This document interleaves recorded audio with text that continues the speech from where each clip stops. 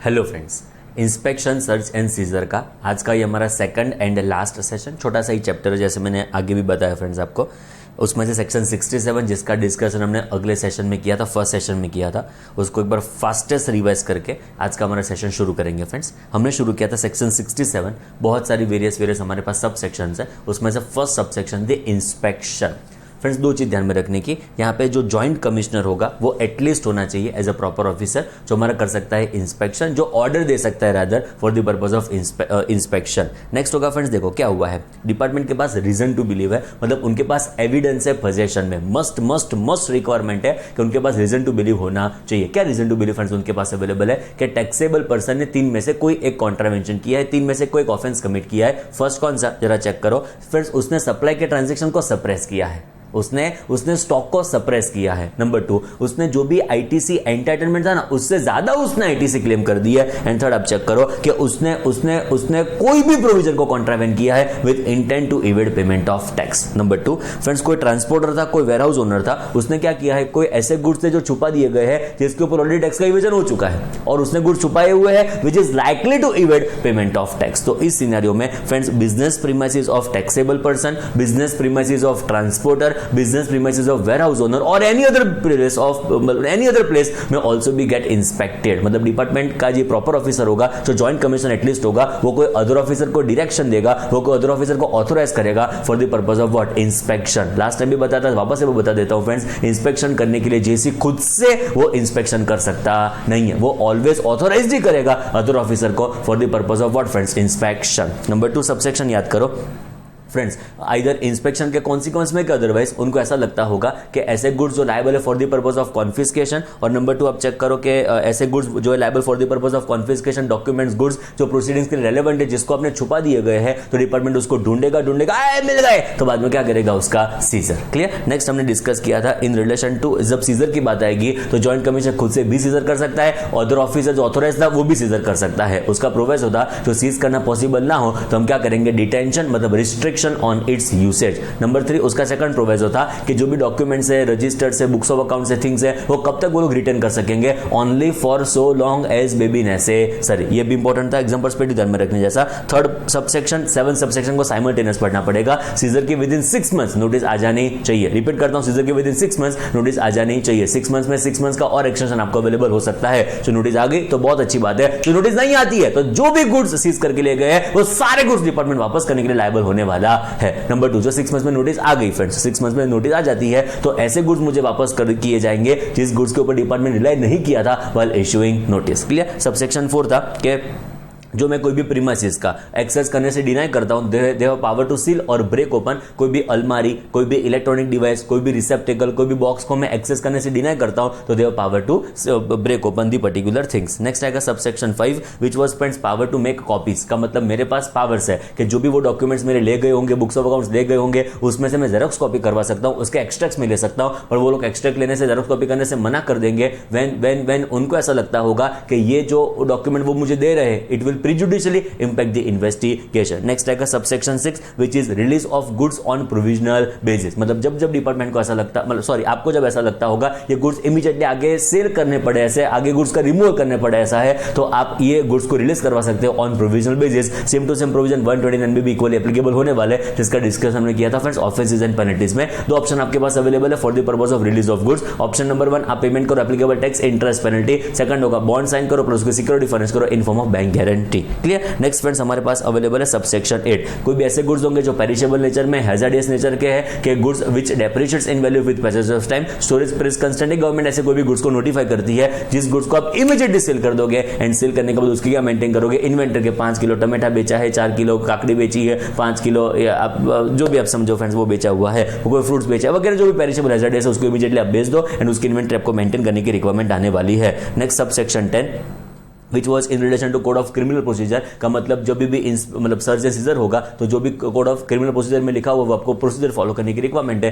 जो उसका छोटा सा मैंने एग्जांपल आपको दिया था कि पुलिस ऑफिसर को आपके साथ में रखना होगा, आपको एकम्पनी करेंगे वो लोग। सबसेक्शन 11 होगा, कोई पर्सन जो भाग गया होगा कि भागने का प्रयत्न कर रहा होगा, इधर वो भाग चुका है कि वो भाग रहा है, उसको इमीडिएटली हम रोकेंगे, एंड उसके पास हमको जो भी मिला, बुक्स ऑफ अकाउंट्स, डॉक्यूमेंट जो भी मिला, उसका हम उसको रिसीट देंगे, तेरे पास से अवेलेबल हुआ है, जो हम उसके प्रोसिक्यूशन के लिए काम आ सकता है फ्यूचर में। एंड 12 नंबर था जो सबसे इंपॉर्टेंट था, which was dummy purchase. What was dummy purchase, एकदम इंपॉर्टेंटली याद करो फ्रेंड्स. डमी परचेस में हमने ऐसा डिस्कस किया था कि जो आपको ऐसा लग रहा हो कि मेरी बिजनेस प्रीमाइसेस के ऊपर कुछ लोचा लापसी हो रहा है, मैं इन्वॉइसिंग बरोबर नहीं कर रहा हूं, तो आप डमी परचेस करने के लिए आओगे. आप मुझसे गुड्स परचेस करोगे, आप मुझसे इन्वॉइस बनवाओगे, आप इन्वॉइस लोगे, उसको चेक करोगे, सब कुछ बरोबर था, तो आप मुझे गुड्स वापस करोगे तो मुझे आपको पैसे वापस देने पड़ेंगे. इन्वॉइस के मैं फाड़ के फेंक दूंगा. बट जो सर्विस के केस में हुआ, सर्विस केस में मैं आपको रिफंड देने वाला नहीं हूं. गुड्स के केस में आप जब गुड्स मुझे वापस करोगे तब मैं उसको आपको रिफंड दे दूंगा, बट सर्विस केस में ऐसा रिफंड आपको अवेलेबल हो सकता नहीं है. क्लियर. तो ये हमारा मतलब फर्स्ट लेक्चर का डिस्कशन था. इसके क्वेश्चन सॉल्व करके, एक ही क्वेश्चन है जिसमें बहुत सारे अलग अलग एलिमेंट्स हमने डिस्कस किए,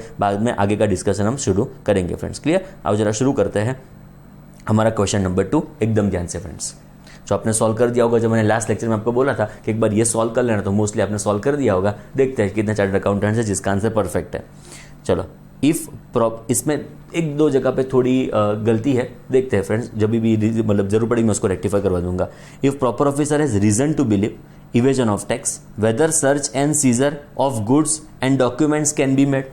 प्रॉपर ऑफिसर यहां पे कौन होगा, एटलीस्ट जॉइंट कमिश्नर होगा, उसके पास रीजन टू बिलीव है कि टैक्स का इवेजन हुआ है, तो whether search and seizure of goods and documents can be made, absolutely yes. It is as per section 67 subsection 2. आपका search and seizure documents goods का हो सकता है, उसमें कोई चिंता नहीं है फ्रेंड्स. मैं रिपीट कर देता हूं, सीजर का मतलब just transfer of owner, sorry just transfer of possession without transfer of ownership. It is not confiscation, समझे आप. इट इज नॉट कॉन्फिस्केशन जहां पे आपकी ओनरशिप ट्रांसफर हो जाएगी. It is just transfer of possession without transfer of ownership. Next check करो number 2. If documents books of mister A, ये है ना, नॉट एंड अपॉन निकाल दो, आर सीज्ड कर दो फ्रेंड्स. ओके, ये छोटी गलती हो गई है. If documents books of accounts of mister A are seized, whether it can be retain indefinitely, answer is ना. Second proviso to section 67 subsection 2 क्या कहता है कि आप बुक्स ऑफ अकाउंट्स डॉक्यूमेंट्स तब तक ही आप लेटर से उसको रिटेन करोगे जब तक it is required for the purpose of proceedings, मतलब only for so long as may be necessary. Clear. तो फ्रेंड्स यहां पे लिख देता हूं, retention of documents books, sorry friends, and things only for period so long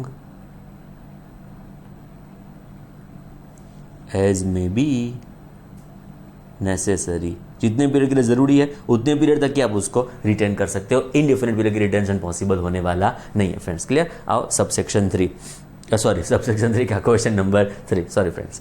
if access के Activa के Scooty के बाइक के बस में एक्सेस टू अलमीरा electronic device box receptacle is denied by mister A. If access to this things are denied, what action can be taken. तो answer is what, break open.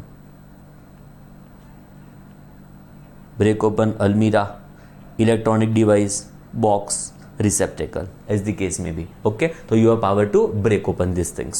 चलो next आएगा, whether Mr. A can take copies and extracts of books seized. जो आपके books of accounts को seize कर दिया, क्या उसमें से वो कॉपीज निकाल सकते हैं. Absolutely yes, copies are possible. But यहाँ पे ध्यान रखना है फ्रेंड्स, कॉपीज पॉसिबल है बट वो मना भी कर सकते हैं जब उनको ऐसा लगता होगा ये कॉपी के extract if it is prejudicially impact the investigation, तो वो मना भी कर सकते हैं. जनरल केस में आंसर क्या आएगा, absolutely yes.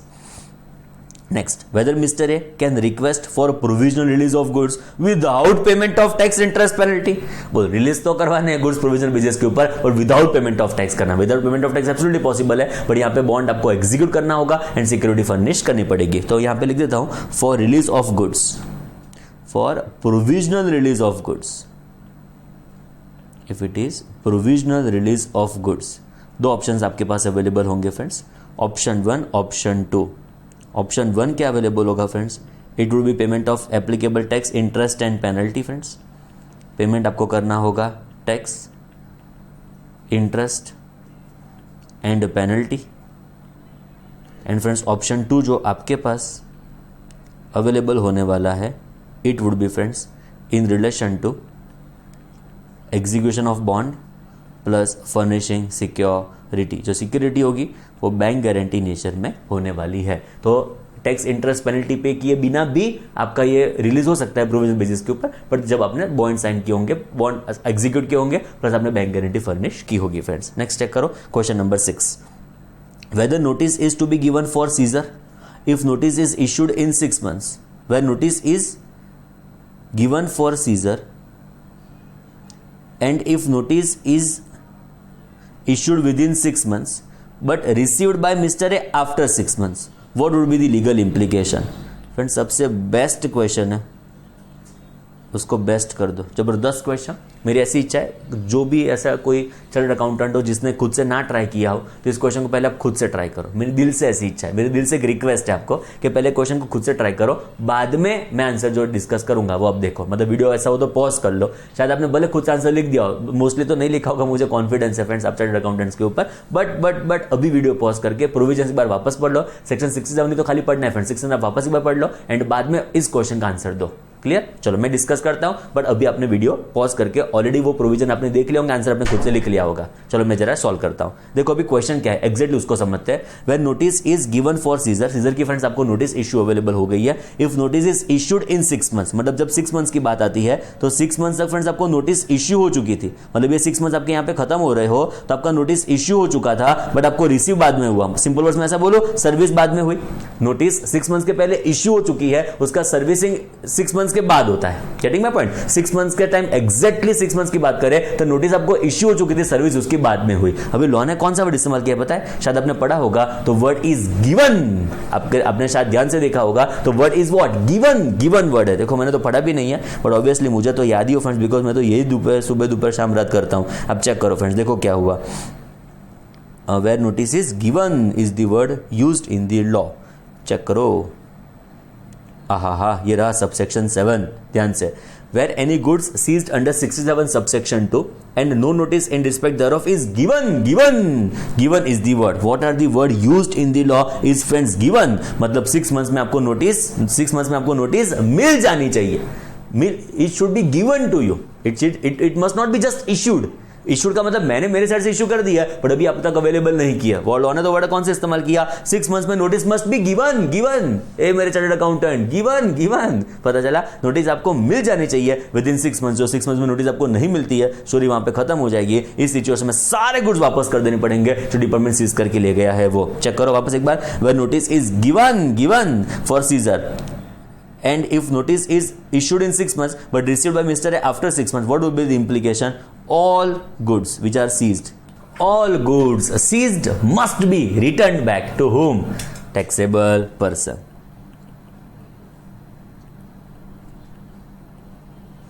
All goods seized shall be returned by department. Clear? Word important है, गिवन, इतना ध्यान रखना फ्रेंड्स। क्लियर? चलो नेक्स्ट चेक करो।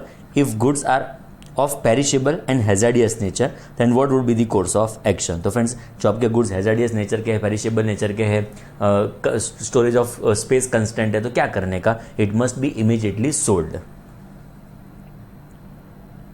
सेल इमीडिएटली एंड फ्रेंड्स उसके रिकॉर्ड्स आपको मेंटेन करने पड़ेंगे friends. And its inventory shall be maintained.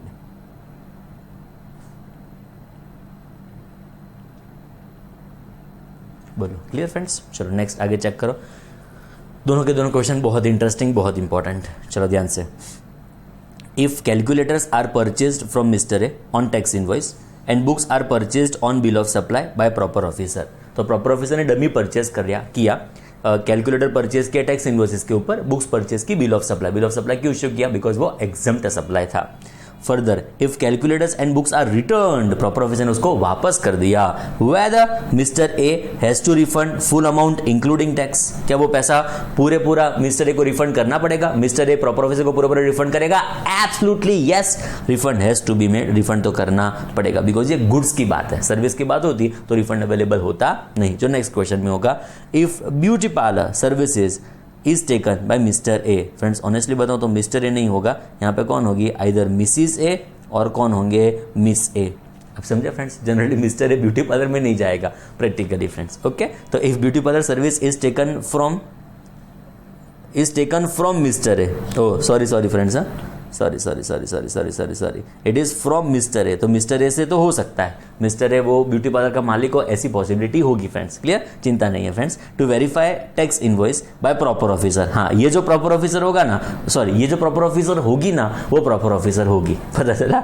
चलो, whether refund of value and tax will be made absolutely ना, यहाँ पे रिफंड अवेलेबल होने वाला नहीं है बिकॉज ये सर्विस का सप्लाई है फ्रेंड्स। क्लियर, तो ये छोटे छोटे क्वेश्चंस थे जो हमारी क्लैरिटी को थोड़ी इंक्रीज करते हैं इन रिलेशन टू सेक्शन 67। चलो आगे बढ़ते हैं, उसके कुछ रिक्वायरमेंट्स है जो हमको ध्यान में रखने हैं during the search operations. Basic requirements to be observe during search operations. अभी देखो फ्रेंड्स, चेक करो, 67 एक्ट की सेक्शन है, CGST एक्ट 2017। अभी जो बेसिक रिक्वायरमेंट्स है वो स्टडी मटेरियल से मैंने कॉपी पेस्ट की है एक्सक्लूसिवली आपके लिए, ये कोई एक्ट का पार्ट नहीं है। It is not CGST act 2017 जिसका हम डिस्कशन करने वाले हैं, पर हमारे स्टडी मटेरियल ने उसको इंक्लूड किया है, सो हम यहाँ पे उसको कंसिडर कर रहे हैं, उसका डिस्कशन हम यहाँ पे कर रहे हैं। बट मम्मी हमारी बहुत होशियार है, एक बार जो पूछा था अरेस्ट के जो रिक्वायरमेंट्स और बेसिक रिक्वायरमेंट्स है वो पूछे थे, मतलब कभी कभी एक्ट ना पूछते हुए मम्मी ऐसा पूछती है जो उसके स्टडी मटेरियल में हो, तो कुछ भी छूट ना जाए उस इंटेंशन से सारा इंक्लूजन मैंने कर दिया है फ्रेंड्स। ऐसा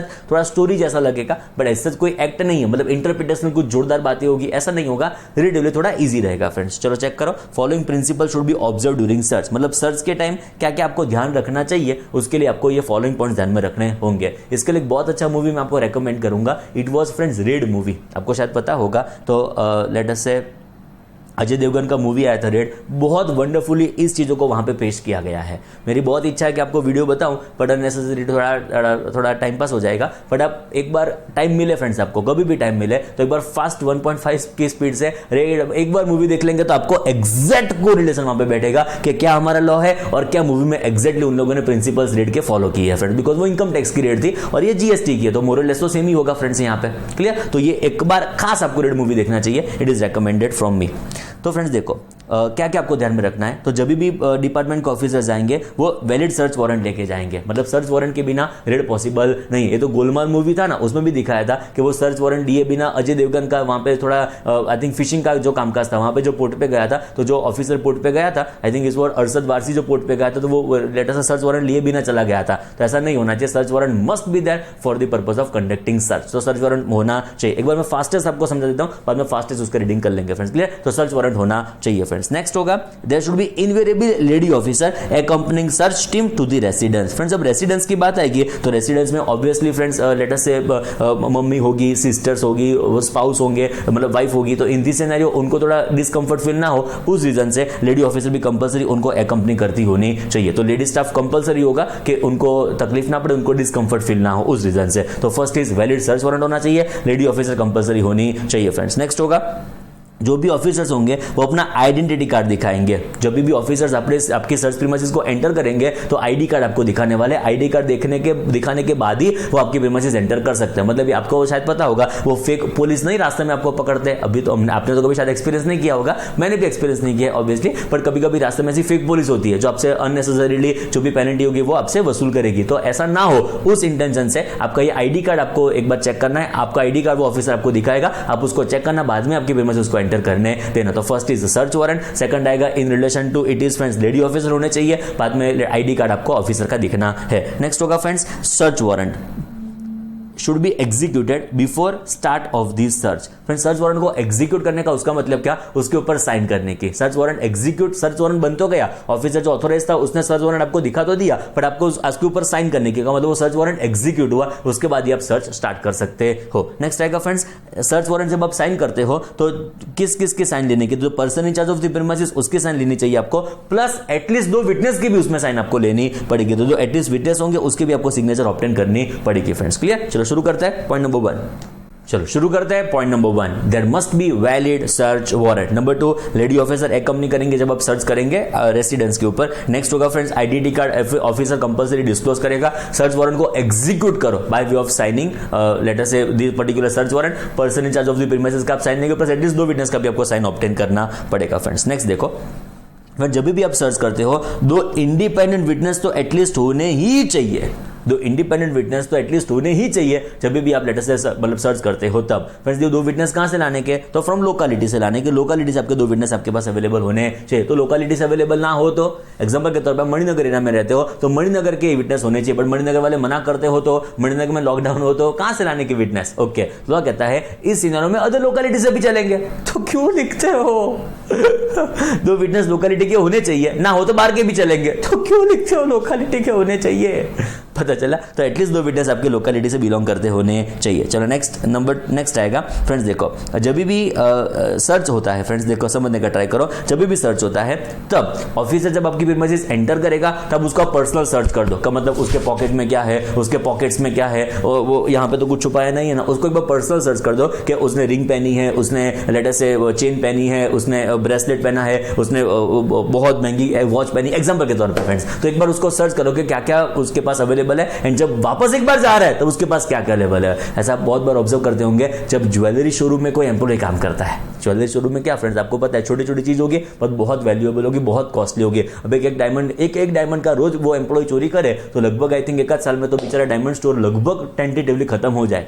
अब पता चला जो मैं कहना चाहता हूं। तो यहां पे जब भी ऑफिसर आपके प्रीमाइसेस के ऊपर आएगा आप उसका पर्सनल सर्च करोगे, एक बार उनके पास चेक कर लो क्या क्या उनके पास अवेलेबल है। नंबर 2, जब वापस एक बार वो प्रीमाइसेस आपकी छोड़े तभी भी उसको चेक कर लो क्या क्या उसके पास अवेलेबल है। कुछ इंक्रीमेंट तो नहीं हुआ है ना, आपके घर से कुछ अवेलेबल हुआ वैल्यूएबल चीज वो अपने पॉकेट में डाल के ले जा रहा हो, तो ऐसा नहीं होना चाहिए फ्रेंड्स। तो officer must offer themselves for the purpose of personal search, दो time, at the beginning of the search, at the end of the search. बोलो क्लियर। चलो पूरी सिस्टम है, 6 पॉइंट हो गए। चलो 1 2 3 स्टार्ट। पूरा रीडिंग एक बार करेंगे हम शांति से, पर एक बार परफेक्ट थोड़ा थोड़ा पॉइंट्स आप समझने का ट्राई करो। बहुत इजी है, रिलेटिवली बहुत सिंपल है। चलो first 1 2 3 start. Valid search warrant, lady officer, identity card, execution of search warrant, दो विटनेस एटलीस्ट होने चाहिए। नेक्स्ट होगा officer must offer themselves for the purpose of their personal search. Next होगा friends panchnama, का मतलब आप क्या क्या वहां से लेके जा रहे हो उसको बोलेंगे महाजर। उसका ऑन दिस स्पॉट आपको रिकॉर्डिंग करना पड़ेगा। ऐसा नहीं कि घर पे जाके बाद में शांति से लिस्ट बनाएंगे। का मतलब आपने उनकी प्रीमाइसेस के ऊपर क्या क्या सीज किया है उसका सारा लिस्ट, उसका सारा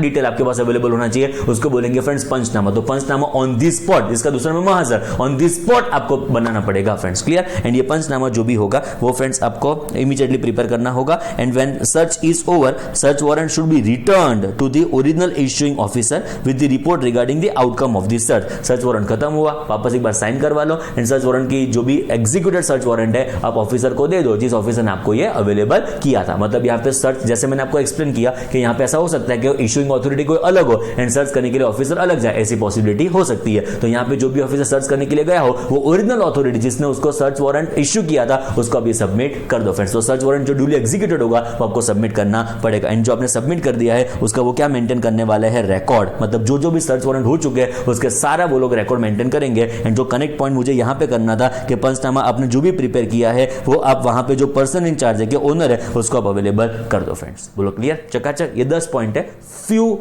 इंपॉर्टेंट है, बाकी तो आई थिंक 4-5 इंपॉर्टेंट है, बाकी सब तो फ्रेंड सिंपल प्रोसीजर है जो हम समझ सकते हैं। क्लियर। 10 पॉइंट एक फास्टेस्ट रिकैप्चुलेशन करके उसका वर्ड टू वर्ड रीडिंग करके हम उसको कंक्लूड करेंगे। बोलो first point, valid search warrant. Valid search warrant के बिना आपकी प्रीमाइस से वो लोग एक्सेस कर सकते नहीं है। Lady officer must must must जब रेसिडेंस का सर्च होता है तब अवेलेबल होने चाहिए। नेक्स्ट होगा ऑफिसर्स आइडेंटिटी कार्ड लेके आने चाहिए एंड वो आपको डिस्क्लोज करने के बाद ही आपकी प्रीमाइस से वो लोग एंटर कर पाएंगे। सर्च वारंट को आपको एग्जीक्यूट करना है एंड उस एग्जीक्यूशन का मतलब जो पर्सन इन चार्ज होगा उसकी आपको साइन लेनी है। दो इंडिपेंडेंट विटनेस होगा उसकी भी आपको साइन लेनी पड़ेगी। साइन लेने के लिए इंडिपेंडेंट विटनेस आपके पास होने चाहिए लोकालिटी से अवेलेबल ना हो तो बाहर से भी आप बुला सकते हो, कोई चिंता करने की जरूरत नहीं है। Officer must offer themselves for the purpose of personal search, दो at the beginning of the search, at the end of the search. Next होगा पंचनामा, इमीडिएटली वहां पे आपको अवेलेबल, मतलब वहां पे आपको ऑन दी स्पॉट बनाना पड़ेगा एंड जो पंचनामा आपने बनाया वो आपको पर्सन इंचार्ज के ओनर को आपको अवेलेबल करना है। जो भी सर्च वारंट ड्यूली एग्जीक्यूटेड है वो इश्यूइंग अथॉरिटी को सबमिट करो एंड वो अपना उसको रिकॉर्ड्स मेंटेन करने वाली है। बोलो क्लियर। टाइम पास है बट मम्मी शायद आपको पूछे, देखो हमारे वहां पे ऐसे क्वेश्चन नहीं आएंगे 10-10 मार्क के,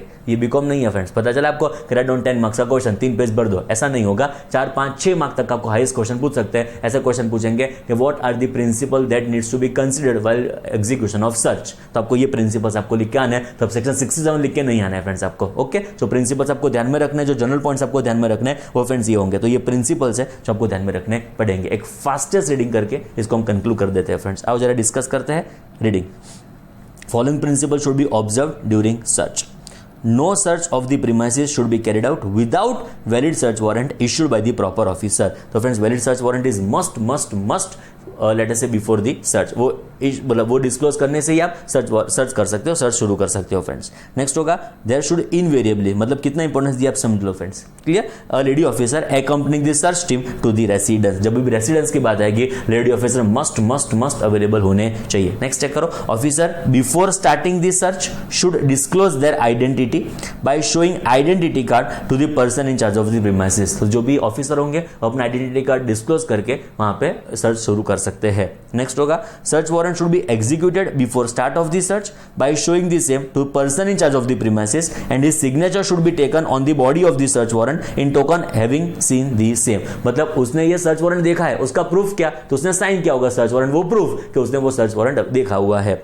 The signature of at least 2 witnesses should also be taken on the body of the search warrant. Clear? 4 point चलो खुद से बोलने का ट्राई करो। First 1 2 3 start. वैलिड खुद से बोलना है, चलो 1 2 3 start. Valid search warrant. Next होगा वैलिड सर्च वारंट के साथ कनेक्टेड पॉइंट है जिसको आप याद रख सकते हो कि it must be duly executed, meaning thereby जो person in charge of the premises होगा उसके आप साइन करवाओ, एटलीस्ट 2 विटनेस की भी आपको साइन करवानी पड़ेगी। Lady officer must accompany your search team when search is conducted at वेट रेसिडेंस एंड आइडेंटिटी कार्ड आपको डिस्क्लोज करना पड़ेगा फ्रेंड्स। क्लियर? नेक्स्ट आ जाओ, search should be made in the presence of at least 2 independent witnesses of the locality. तो जो भी locality के विटनेसेस होंगे 2 एटलीस्ट आपको वहां पे ब्रॉट करने मतलब बुलाने पड़ेंगे। If no such inhabitants are available और विलिंग, इधर अवेलेबल नहीं है, अवेलेबल है तो उनकी इच्छा नहीं है तो फोर्सफुली तो बोला सकते हैं नहीं है फ्रेंड्स। द इनहेबिटेंट्स मतलब witnesses of other locality should be asked to be witness to this search. The witness should be briefed about the purpose of this search. तो जो भी विटनेस होंगे उसको हम ब्रीफ करेंगे हम क्यों सर्च कर रहे हैं। सिंपल वर्ड्स में ये वीडियो आप उसको दिखा दो तो भी लगभग चले फ्रेंड्स। क्लियर? चलो नेक्स्ट देखो,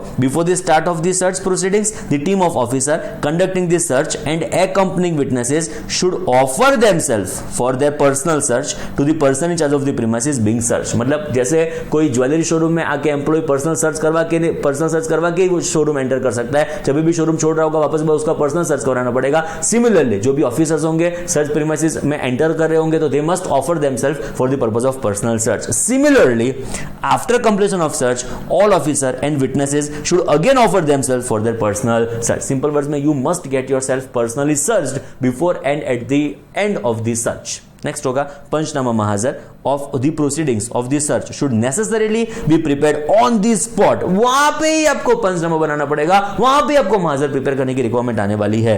क्या होगा पंचनामा में?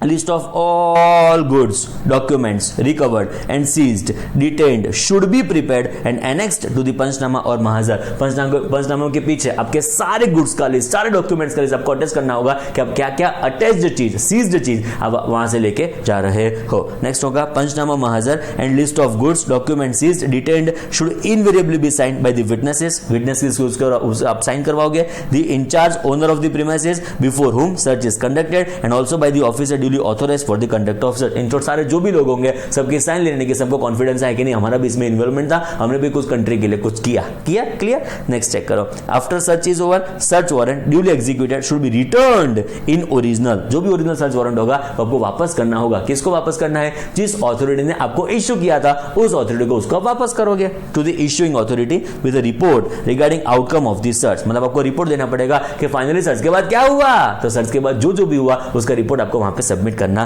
पड़ेगा। The names of the officer who participated in this search may also be written on the reverse of the search warrant। जिन जिन लोगों ने इस कांड में इन्वॉल्व, जिस कांड मतलब इस कांड में जिसका भी इन्वॉल्वमेंट था उसका नाम भी हम लिखेंगे एट दी मतलब रिवर्स ऑफ द सर्च, जिससे भविष्य में पता चले कि ये लोग ऑफिसर इन्वॉल्व थे इस पर्टिकुलर सर्च में।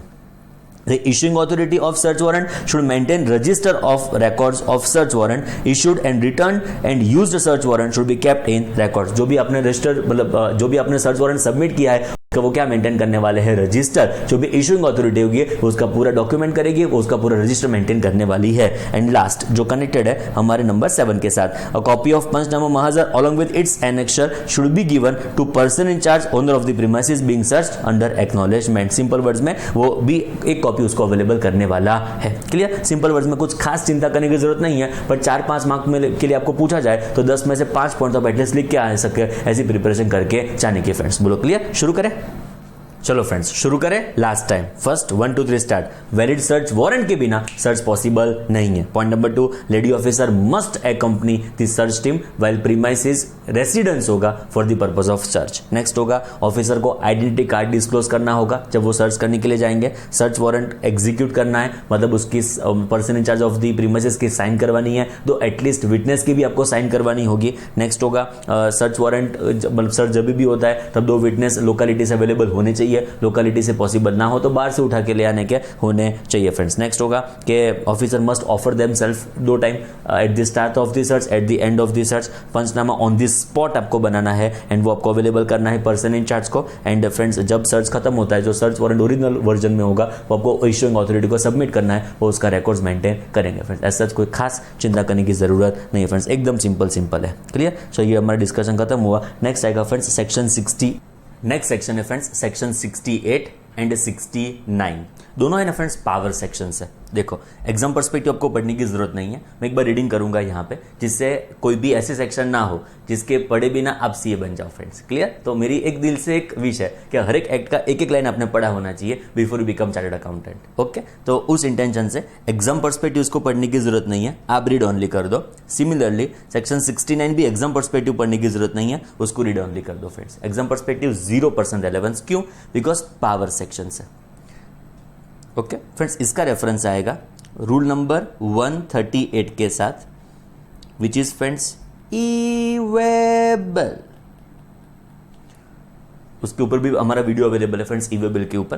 तो फ्रेंड्स उसकी जो पावर सेक्शन है, ईवेबल का वीडियो में भी मैंने स्टार्टिंग यहां से किया है कि it is power section 68, meaning thereby ये जो हमारे पास ईवेबल के रूल्स है, जो गुड्स आपके रास्ते में होंगे तब आपको जो डॉक्यूमेंट आपके साथ कैरी करना है, उसकी पावर सेक्शन कौन सी होगी friends? It is power section is friends 68, which is inspection of goods in movement. मैं एक बार पढ़ता हूं, एग्जाम पर्सपेक्टिव 0% रेलेवेंस, बिकॉज यहां पे गवर्नमेंट ने क्या किया, लॉ ने क्या किया, गवर्नमेंट को पावर्स दिए, लॉ ने गवर्नमेंट को पावर्स दिए टू मेक ईवेबल रूल्स। क्लियर? तो इसके रूल्स बहुत इंपॉर्टेंट, उसके रूल्स एग्जाम पर्सपेक्टिव जबरदस्त इंपॉर्टेंट। लेटेस्ट अटेम्प्ट गया नवंबर 2019, उसमें इसके ऊपर क्वेश्चन भी था। क्लियर? बट मैं कहना चाहता हूं कि आपको पावर सेक्शन के साथ कोई लेवा देवा नहीं है। चेक करो friends, the government may require the person in charge of the conveyance. तो फ्रेंड्स लॉ कहता है किसके पास होना चाहिए ईवेबल, कौन कैरी करेगा ईवेबल? तो लॉ कहता है person in charge of the conveyance, का मतलब जो उसका ड्राइवर होगा वो क्या कैरी करने वाला है? E way bill. Carrying any consignment of goods of value exceeding such amount, which amount? It is friends ₹50,000 का मतलब आपका कंसाइनमेंट वैल्यू 50 को क्रॉस करता होना चाहिए, तब जाके आपको ईवेबल की रिक्वायरमेंट आने वाली है। ईवेबल के कंसेप्ट आपको पता होंगे तो फ्रेंड्स वो भी यही कहते हैं कि आपका कंसाइनमेंट वैल्यू 50,000 को क्रॉस करेगा तो उस हिसाब से तब आपको कैरी करना होगा ईवेबल। हमारे वहां पे ये भी डेफिनेशन है कि what do we mean by consignment value? तो it is value as per section 15, उसमें जीएसटी कंपोनेंट ऐड किया जाता है, एग्जाम सप्लाई को लेस किया जाता है, ये सारा कॉम्बिनेशन करके हम क्या अराइव करते हैं? कंसाइनमेंट वैल्यू जो 50,000 के ऊपर होगी तब आपको जाको कैरी करना पड़ेगा e way bill. As may be specified, amount which is specified is what friends? 50,000 to carry with him such document such devices as may be prescribe. तो डॉक्यूमेंट कौन सा फ्रेंड्स? ईवेबल।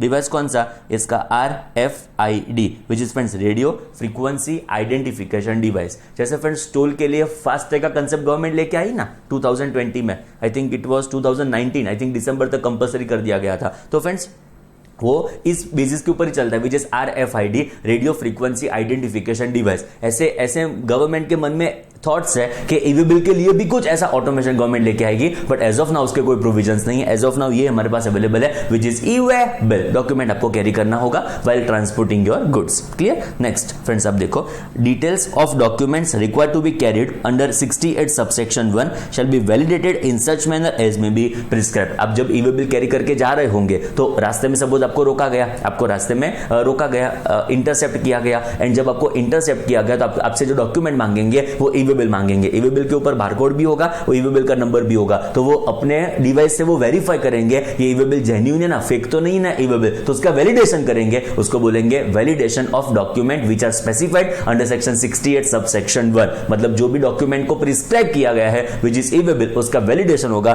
उसके पावर्स कहां पे? As per subsection 2। Next check करो, where any conveyance referred to in 68 subsection 1 is intercepted by proper officer at any place, उसको कोई भी प्लेस के ऊपर रोका जाता है, इंटरसेप्ट किया जाता है. He may require the person in charge of the said conveyance to produce documents prescribed under the said subsection and devices for verification. तो इंटरसेप्ट करके वो क्या मांगेगा, आपसे डॉक्यूमेंट मांगेगा, आपसे डिवाइस मांगेगा, बट डिवाइस का कंसेप्ट अभी एप्लीकेबल नहीं है, सो अभी आपसे डॉक्यूमेंट मांगेगा, डॉक्यूमेंट का वैलिडेशन करेगा एज पर सबसेक्शन 2. चलो मुझसे मांगा गया तो क्या मुझे देना पड़ेगा, मैं person in charge of the conveyance हूं, ऑफिसर ने मुझसे डॉक्यूमेंट मांगा तो क्या मुझे देना पड़ेगा, एब्सोल्युटली यस. तो मुझ पे रिस्पांसिबिलिटी कहां पे इंपोज की गई, सबसेक्शन 3. ये देखो, एंड दिस सेड पर्सन जिससे डॉक्यूमेंट मांगा गया shall be liable to produce document and devices and also allow inspection of particular goods. मतलब डॉक्यूमेंट्स तो मुझे देने ही देने हैं, बट वो प्रॉपर ऑफिसर चाहे तो आपके गुड्स का इंस्पेक्शन भी कर सकता है. क्लियर. आज के बाद नहीं पढ़ने का, this is power section for E way bill. Clear. इवेबल rules definitely पढ़ने के, बट 68 पढ़ने की आपको स्लाइड भी जरूरत नहीं है फ्रेंड. सिमिलरली आगे हमारा जो डिस्कशन होगा वो in relation to power to arrest होगा. बढ़िए, हम शुरू करें. उसके पहले यहां पे आपको रेफरेंस बहुत इंपॉर्टेंट समझना है. It is friends chapter offences and penalties. Friends आप देखो तो 2-3 चैप्टर का यहाँ पे रेफरेंस आया. आगे हमने डिस्कस किया था सेक्शन 67 सबसेक्शन 6, उसका भी रेफरेंस था सेक्शन 129 के साथ, याद आया. ये एक्चुअली जो 68 है ना, ये इवेबल रूल्स है, तो यहाँ पे भी रेफरेंस लिख सकते हैं. It is section 129. आपके जो इंस्पेक्शन होंगे वो 129 के हिसाब से होंगे ना. बाद में आपको अमाउंट पेएबल आएगी, जो आपको रास्ते में रोका गया, आपके पास प्रॉपर डॉक्यूमेंटेशन वगैरह नहीं है, तो आपका इंटरसेप्शन कहां पे होगा, 129 के हिसाब से होगा, जहां पे आपको अमाउंट पेएबल आएगा एज पर सेक्शन 129. याद करो फ्रेंड्स, ओनर आया, अदर देन ओनर आया, taxable goods, exam goods, taxable exam goods, ये सारे डिस्कशन में 129 में कर दिया था. तो यहाँ पे फ्रेंड्स सिमिलरली ऑफेंसेस पेनल्टीज का रेफरेंस आएगा विच is section 132. In depth discussion हमने इस सेक्शन का कर दिया है वहां पे फ्रेंड्स. क्लियर. तो यहाँ पे उसके पावर्स है कि सपोज 132 के हिसाब से थोड़ा थोड़ा याद करने का ट्राई करो फ्रेंड्स. 132 में अलग अलग 12 ऑफेंस को हमने कवर करने का ट्राई किया था, याद आ रहा है फ्रेंड्स, ABCDEF. तो अलग अलग 12 ऑफेंसेस हमने कवर करने का ट्राई किया था, जिसमें आपको हो सकता है इंप्रिजनमेंट, जहां पे आपका प्रोसिक्यूशन भी पॉसिबल होगा. मतलब इंप्रिजनमेंट इज प्रोसिक्यूशन ऑब्वियसली. अभी देखो फ्रेंड्स, वहां पे ऐसा सिखा था हमने, याद हो तो, कि जो आपका टैक्स इवेजन 1 to 2 करोड़ होगा, 2 to 5 करोड़ होगा, 5 करोड़ को क्रॉस करेगा, याद आ रहा है, 1 to 2, 2 to 5, मोर देन 5. ए मेरे चार्टर्ड अकाउंटेंट, याद आ रहा है, 1 to 2, 2 to 5, मोर देन 5. जो 1 to 2 ईयर का आपका 1 to 2 करोड़ का आपका टैक्स इवेजन होगा तो मैक्सिमम 1 साल तक की आपकी जेल हो सकती है. 2 to 5 होगा तो मैक्सिमम 3 इयर्स आपकी जेल हो सकती है. 5 करोड़ को क्रॉस करेगा तो मैक्सिमम 5 इयर्स आपकी जेल हो सकती है. याद आ रहा है फ्रेंड्स सब कुछ. आपको 1 ईयर की जेल मैक्सिमम, 3 इयर्स की जेल मैक्सिमम, 5 इयर्स की जेल maximum. 1 to 2, 2 to 5, more than 5 का आपका मतलब 1 to 2 करोड़, 2 to 5 करोड़, 5 करोड़ के ऊपर का आपका टैक्स इवेजन होगा तो 135 मैक्सिमम आपकी जेल हो सकती है. उसमें ऐसा भी याद आ रहा है फ्रेंड्स, मिनिमम 6 मंथ्स की सजा थी. हैस्ट्रिक किया था. ए मेरे चार्टर्ड अकाउंटेंट सब याद आ रहा है, हैस्ट्रिक करके ऐसा दिखा था नीचे 6 मंथ्स की मिनिमम जेल होगी, अनलेस कोर्ट के ऑर्डर में कुछ अदरवाइज लिखा हो तो. बाकी 6 मंथ्स की जेल आपको मिनिमम यहां पे होने वाली है. तो फ्रेंड्स जेल का क्वांटम कितना, मतलब कितने साल की आपकी जेल होगी, वो किसने डिसीजन लिया, सेक्शन 132. बट अभी अरेस्ट तो करो उस पर्सन को जिसने कमिटमेंट किया है, तो उसका अरेस्ट कहां से होगा, सेक्शन 69. पता चला. 132 ने तो क्या किया, नक्की किया कि चलो 2 साल की सजा, 3 साल की सजा, 5 साल की सजा, के 1 year plus fine, 3 years plus fine, late us से 5 इयर्स प्लस फाइन, पर चलो सजा तो करो उसको. पता चला. तो उसको अरेस्ट कहां से करने का, एज पर सेक्शन 69. तो अरेस्ट के पावर्स कहां से आते हैं, सेक्शन 69. क्लियर. आओ जरा चेक करते हैं. उसमें भी पहले आपको थोड़ा गाइडेंस दे दूं friends. Meaning of cognizable offence, non cognizable offence, इसको भी हमने इन डेप्थ डिस्कस कर लिया था. थोड़ा आपको याद आ रहा हो तो, what was cognizable offence, what was non cognizable offence, बरोबर समझना फ्रेंड्स. कॉग्निजिबल का मतलब क्या, उसमें 3 पॉइंट ध्यान में रखने के. सीरियस ऑफेंस है, पता चला. बरोबर नहीं हुआ वापस एक बार.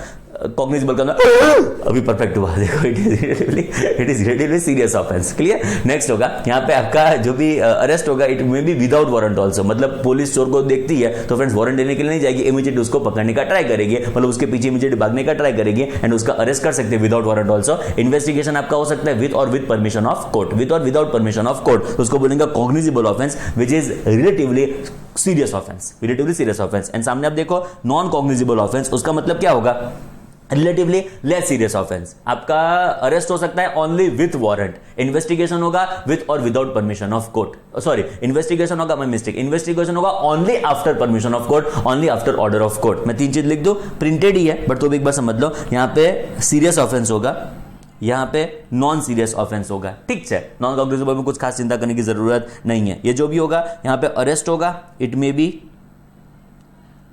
विदाउट वारंट, अरेस्ट आपका हो सकता है विदाउट वारंट ऑल्सो, बट यहाँ पे आपका जो अरेस्ट होगा वो only and only with warrant होने वाला है। जो वारंट नहीं है तो अरेस्ट भी पॉसिबल हो सकता नहीं है। यहाँ पे जो आपका इन्वेस्टिगेशन के जो भी इंक्वायरी होगा वो होगा विथ और विदाउट परमिशन और ऑर्डर ऑफ कोर्ट। कोर्ट की परमिशन हो कि ना हो फर्क नहीं पड़ता, आप इन्वेस्टिगेशन शुरू कर सकते हो फ्रेंड्स। एंड यहाँ पे फोर्थ पॉइंट याद करो, मतलब सॉरी थर्ड पॉइंट याद करो, it was investigation only with permission of court. Court की परमिशन के बिना आपका इन्वेस्टिगेशन पॉसिबल हो सकता नहीं है फ्रेंड्स। ये डिफरेंस है हमारे कॉग्निजिबल नॉन कॉग्निजिबल का।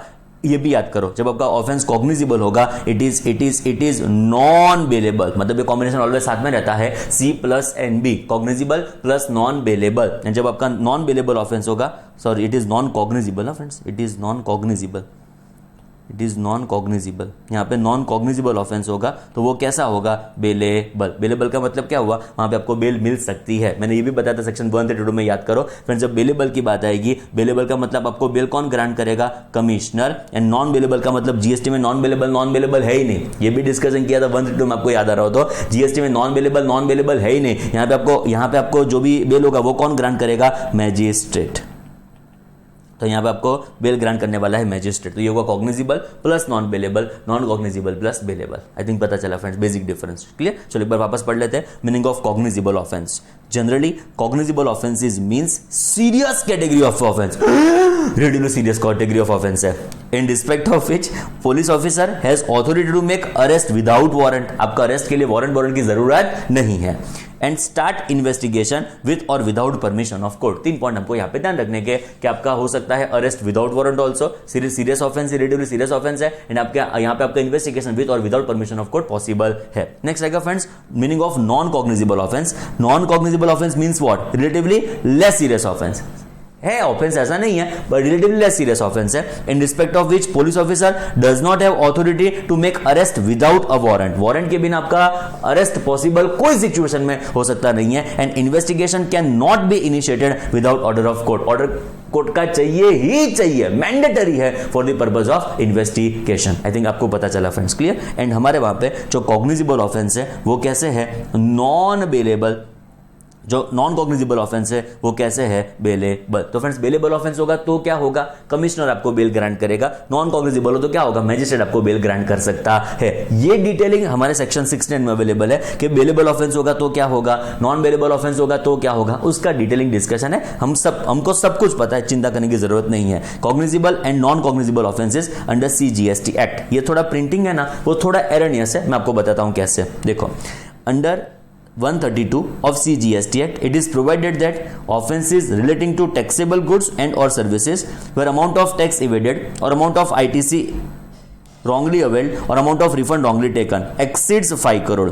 याद आ रहा है फ्रेंड्स आपको 132 का चार्ट याद आ रहा है। 132 टैक्स इवेजन जो भी आपका होगा 1 करोड़ से लेके 2 करोड़ तक होगा, 2 करोड़ से लेके 5 करोड़ तक होगा, 5 करोड़ को क्रॉस करेगा। तो बाकी सब offence friends it is NC+B, non cognizable plus bailable. पर याद करो 5 करोड़ के ऊपर आपका ऑफेंस आएगा। मैं रिक्वेस्ट करूंगा जो ये सब आपको क्लिक ना हो रहा हो तो एक बार 132 का वीडियो वापस एक बार देख लो, उसका चार्ट वापस एक बार देख लो, बाद में इसको कंटिन्यू करो तो क्रिस्टल क्लियर क्लैरिटी आएगी फ्रेंड्स, क्लियर। मैंने इंटेंशनली इस चैप्टर को लास्ट में उसके लिए रखा है बिकॉज ऑफेंसेस पेनल्टीज के बिना ये पढ़ा तो बाउंस भी ना जाए। 132 की बात यहां पे करूं फ्रेंड्स तो आइदर मुझे टॉपिक छोड़ देना पड़े और क्या करना पड़े, समझाऊं तो बाउंस भी ना जाए फ्रेंड्स आपको, क्लियर। तो मैंने इंटेंशनली ऑफेंसेस पेनल्टीज को पहले रखा था, बाद में इसको इंस्पेक्शन सर्जन को कंसीडर किया बिकॉज मुझे पता है कि यहां पे अलग अलग रेफरेंस आगे से आने वाले, सबको क्रिस्टल क्लियर क्लैरिटी बनी रहे फ्रेंड्स, क्लियर। तो शायद आपको ना याद आ रहा, ऐसी पॉसिबिलिटी है फ्रेंड्स। तो एक बार 132 का वीडियो एक बार वापस देख लो और क्या करो उसके चार्ट्स एक बार देख लो, तो ये क्रिस्टल क्लियर मैं आपके मन में कंसेप्ट्स को बिल्ड कर पाऊंगा। अभी देखो कंसेप्ट ऐसा था 1 to 2 करोड़ होगा, 2 to 5 करोड़ होगा, 5 करोड़ के ऊपर होगा। बाकी सारे ऑफेंसेस NC+B है, बट आपका ऑफेंस 5 करोड़ के ऊपर गया, सुनना केयरफुली, आपका टैक्स इवेजन 5 करोड़ को क्रॉस करता है, उसमें आपने क्लॉज ABCD का ऑफेंस किया है तो इट इज C+NB। याद आ रहा है friends, ABCD, A supply without invoice, B invoice without supply, C ITC based upon such invoice and amount as tax not paid beyond 3 months। ये 4 ऑफेंस आपके होंगे, 5 करोड़ को क्रॉस करता होगा आपका tax evasion, it is C+NB। बाकी सारा क्या है, NC+B। पता चला एग्जैक्टली क्रिस्टल क्लियर। चलो वापस एक बार 132 it is provided that offenses relating to taxable goods and or services where amount of tax evaded or amount of ITC wrongly availed or amount of refund wrongly taken exceeds 5 crore it shall be cognizable and non bailable। ये error है, क्या error है, which is 132 यहां पे होना चाहिए it must B, हमारे module में लिखा हुआ है, मैंने नहीं लिखा, जानबूझ के मैंने उसको कॉपी पेस्ट किया जिससे आपको पता चले कि मॉड्यूल में क्या थोड़ी एरर है जो हम यहां पे रेक्टिफाई कर रहे हैं, which is section 132 subsection 1 clause A, clause B, clause C, clause D, ये ऑफेंस हो। बोलो ए ऑफेंस क्या था, वापस बोल दो, supply without invoice. B offence was what, invoice without supply. C was what, ITC based upon such invoice. D is what, amount as tax not paid beyond 3 months. Clear, okay. And वो 5 को cross करता है, it is what, cognizable plus non bailable, it was C plus and B. And in such cases bail shall be considered by judicial magistrate only. वो तो हमने बचपन से पढ़ लिया है कि जो बेलेबल है तो कमिश्नर आपको बेल ग्रांट कर सकता है, तो नॉन बेलेबल है तो आपको बेल कौन ग्रांट करेगा, बेलेबल है बेल कौन ग्रांट करेगा, commissioner. Next, other offenses under these act are non-cognizable and bailable and all arrested persons shall be released on bail by deputy or assistant commissioner। ये magistrate होगा वो non bailable में आपको bell grant कर सकता है, and जो bailable होगा तो यहाँ पे कौन से कमिश्नर होंगे, असिस्टेंट कमिश्नर, डेप्यूटी कमिश्नर आपको बेल ग्रांट कर सकते हैं। ICAI, हमारी मम्मी ने पूछा हुआ क्वेश्चन, मेरे चार्टर्ड अकाउंटेंट क्या क्वेश्चन पूछा था, क्वेश्चन ऐसा पूछा था कि which offences under GST are cognizable and non bailable. Repeat करता हूं, which offences under GST are cognizable plus non bailable, ऐसा कुछ क्वेश्चन पूछा था। और आई थिंक ऐसा क्वेश्चन होगा कि it is non cognizable plus bailable. In short simple words में ऐसा कुछ क्वेश्चन पूछा था, तो हमारे वहां पे ऐसा ध्यान रखना है कि 132 सबसेक्शन 1 ABCD में जो ऑफेंसेस है उसमें टैक्स इवेजन आपका 5 करोड़ को क्रॉस करेगा तो they are C plus and B, बाकी सारे offence it is NC plus B। इतना ध्यान में रखना है, वहां पे भी डिस्क्लोज किया था, वापस एक बार यहां पे मैंने आपको एक्सप्लेन कर दिया। क्लियर, चकाचक। मैं रिपीट कर देता हूं, मम्मी ने पूछा हुआ क्वेश्चन कि आपके cognizable plus non bailable offence कौन से, it is section 132 subsection 1 clause A B C D, and जब आपका टैक्स डिवीजन 5 को क्रॉस करेगा वो हो जाएगा C प्लस एंड B, बाकी सारे ऑफेंस हो जाएंगे NC प्लस B। क्लियर, इतना ध्यान में रखना है फ्रेंड्स आपको। चलो अभी हमारी जर्नी शुरू करते हैं in relation to section 69 power to arrest. आज के बाद अब नहीं पढ़ेंगे, एग्जाम पर्सपेक्टिव डिस्कशन नहीं है, ये मेरी जो दिल से इच्छा है कि आप सीए बनने के पहले एक एक लाइन आप एक्ट की पढ़ लो, उस इंटेंशन से मैं पढ़ रहा हूं, बाकी कोई इंटेंशन नहीं फ्रेंड्स। चेक करो, बाकी ना पढ़ो तो डेफिनेटली चलो चेक करो। Where commissioner has reason to believe that person has committed any offense specified in 132(1) A, B, C, D, which is punishable under 132(1)(1)(2) or 132 subsection 2, he may by order authorize any officer of central tax to arrest such a person। इस scenario में वो central tax officer होगा, वो appoint करेगा आपको arrest करने के लिए कोई ऑफिसर। सिंपल वर्ड्स में सेक्शन 132 तो क्या नक्की करेगा कि आपका पनिशमेंट कितना होगा, 1 साल 2 साल 3 साल। आपका अरेस्ट कहां से होगा, इट वुड बी सेक्शन 69। तो ऑफिसर अपॉइंट करेगा, it will be by order, मतलब जो कमिश्नर होगा by order authorize any officer of central tax to arrest such person. आपको अरेस्ट करने का ऑर्डर यहां पे होगा, आपका अरेस्ट 69 के हिसाब से होने वाला है। क्लियर, चलो आगे चेक करते हैं।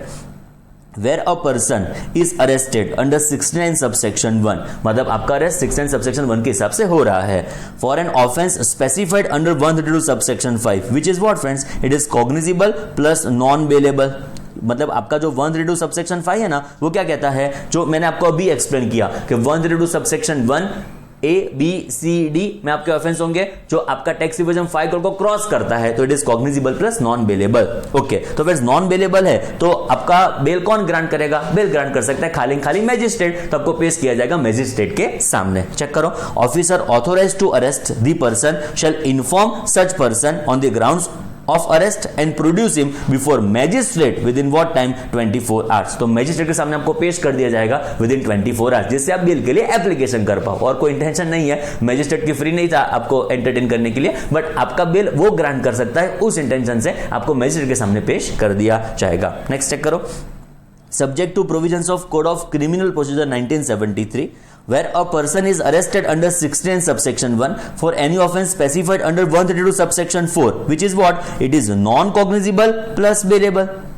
132 subsection 5 was what, cognizable plus non-bailable, and 132 subsection 4 is what, non-cognizable plus bailable। चलो मुझे बताओ यहाँ पे आपका बेल कौन ग्रांट करने वाला है, कमिश्नर। आगे हमने देखी भी लिया, इट इज AC DC। चेक करो, he shall be admitted to bail and in default of bail forwarded to custody of magistrate, तो उसको बेल ग्रांट कर दी जाएगी। जो बेल ग्रांट करने की प्रोसीजर वो फॉलो नहीं कर सकता है तो मैजिस्ट्रेट के सामने उसको पेश कर दिया जाएगा।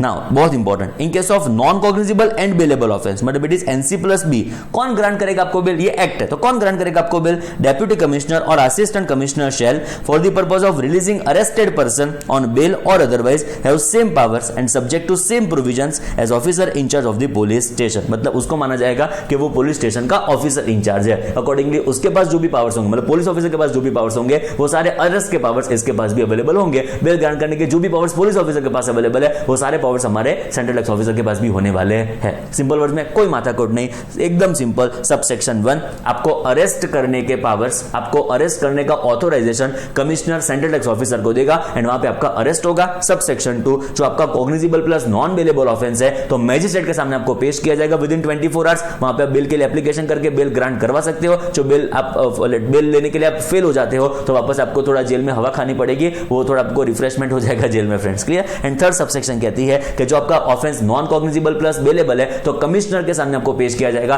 वहां पे आपको बेल के लिए एप्लीकेशन फाइल करनी पड़ेगी। बोलो क्लियर, एकदम सिंपल। आज के बाद आप उसको नहीं पढ़ेंगे, पढ़ना है तो ये डेफिनेटली पढ़ेंगे, meaning of cognizable, non cognizable and ये सारा जो डिस्कशन हमारे पेज नंबर 11 के ऊपर है वो, क्लियर। चलो नेक्स्ट एग्जाम पर्सपेक्टिव जबरदस्त इंपॉर्टेंट अब, which is guidelines to arrest. देखो friends 67 number section inspection search and seizure exam के लिए इंपॉर्टेंट। उसके जो गाइडलाइंस है जो हमने डिस्कस किया, सर्च वारंट होना चाहिए, आइडेंटिटी कार्ड डिस्क्लोज करो, लेडी ऑफिसर, सर्च वारंट को एग्जीक्यूट करो, याद आ रहा है, एटलीस्ट 2 विटनेस होने चाहिए, ये सारा डिस्कशन हमने 10 पॉइंट का किया, वो एग्जाम पर्सपेक्टिव इंपॉर्टेंट मम्मी उसके ऊपर फोकस करती है। तो 67 एंड इट्स गाइडलाइंस। नेक्स्ट होगा friend section 68, section 69 exam perspective पढ़ने की जरूरत नहीं है, वो खाली पावर सेक्शन है, आज के बाद आपको नहीं पढ़ने की। हाँ बट 69 में कॉग्निजिबल क्या, नॉन कॉग्निजिबल क्या, कौन से ऑफेंस C+NB NC+B, इसका डिस्कशन 1 से 2 के साथ कनेक्टेड है तो वहां पे हमको रेफरेंस लेना पड़ेगा, क्लियर। ओके नाउ ये एग्जाम पर्सपेक्टिव वापस एक बार इंपॉर्टेंट, उसके गाइडलाइंस क्या, मतलब जब अरेस्ट होता है तो कौन से इंटेंशन, क्यों अरेस्ट करना होता है और अरेस्ट करने में क्या क्या ध्यान रखने होंगे, उसका यहां पे डिटेलिंग डिस्कशन है। ये कोई एक्ट का पार्ट नहीं है, जो मैंने आपको पहले भी बताया था कि सर्च के जो भी गाइडलाइंस है ना friends, it is not act का पार्ट, ये हमारी मम्मी ने लिखा हुआ है हमारे स्टडी मटेरियल में, सो उसको यहां पे हम डिस्कस कर रहे हैं, बाकी it is not forming part of act, मतलब स्टोरी ज्यादा होगी, एक्ट के प्रोविजन का डिस्कशन नहीं, मतलब ऑलमोस्ट नेगेटिव कुछ नहीं होगा, ये सारी स्टोरी है। जरा उसको चेक करते हैं। देखो फ्रेंड्स अभी इसको शुरू करूं उसके पहले थोड़ा इंपॉर्टेंट है फ्रेंड्स, समझो 132 ने क्या बोला फ्रेंड्स, मैक्सिमम 1 साल की सजा, मैक्सिमम 3 साल की सजा, मैक्सिमम 5 साल की सजा, ऐसे मैक्सिमम वर्ड्स को इस्तेमाल किया। मिनिमम 6 मंथ्स हमको पता है फ्रेंड्स, बट चलो मैक्सिमम 5 साल की सजा है, तो 1 साल की सजा करूं कि 2 साल की सजा करूं कि 3 साल की सजा करूं कि 4 साल की सजा करूं कि 5 साल की सजा कर लो, कौन से फैक्टर्स से ये आपका पीरियड डिटरमाइन होगा। गेटिंग माय पॉइंट, 3 साल की सजा है तो 1 साल की सजा करूं, 1.5 साल, 2 साल, 2.5 साल, 3 साल, कितने साल कैसे डिटरमाइन करूं। 1 साल की सजा मिनिमम 6 मंथ्स हमको पता है, तो 7 महीने, 8 महीने, 10 महीने, 11 महीने, कितने साल की सजा करूं, तो कौन से फैक्टर नक्की करता होगा डिपार्टमेंट, और कौन से फैक्टर को कंसिडर करता होगा डिपार्टमेंट, जिसके बेसिस के ऊपर आपका ये क्वांटम का डिसीजन आता होगा। फ्रेंड्स पता चला मेरा क्वेश्चन क्या है, ऐसे कौन से डिटरमाइनिंग फैक्टर होंगे जिसके बेसिस के ऊपर आपका ये क्वांटिफिकेशन होगा कि 1 साल, 2 साल, 5 साल, कौन से फैक्टर्स। फर्स्ट पैराग्राफ जबरदस्त important, decision to arrest needs to be taken on case to case basis, ये तो सबसे इंपॉर्टेंट। फ्रेंड जनरलाइज 10 लोगों ने गुनाह किया और सारे लोगों का 3-3 साल की सजा, ना ऐसा नहीं करने का। केस टू केस अलग अलग लोगों का अलग अलग क्वांटिफिकेशन पॉसिबल है, तो केस टू केस आपका क्वांटिफिकेशन होगा।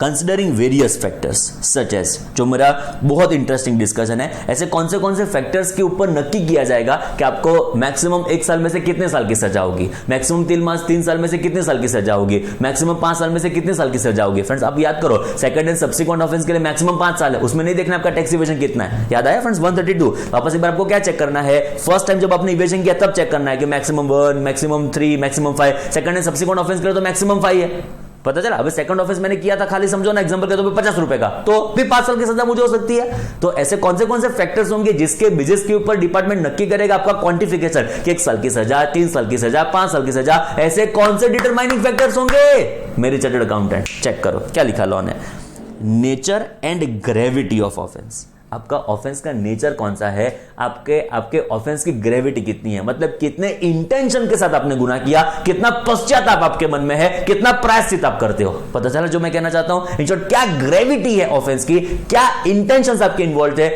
वो सारा मैटर कंसीडर किया जाएगा जब आपका क्वांटिफिकेशन किया जाएगा। नेक्स्ट चेक करो, क्वांटम ऑफ ड्यूटी इवेडेड।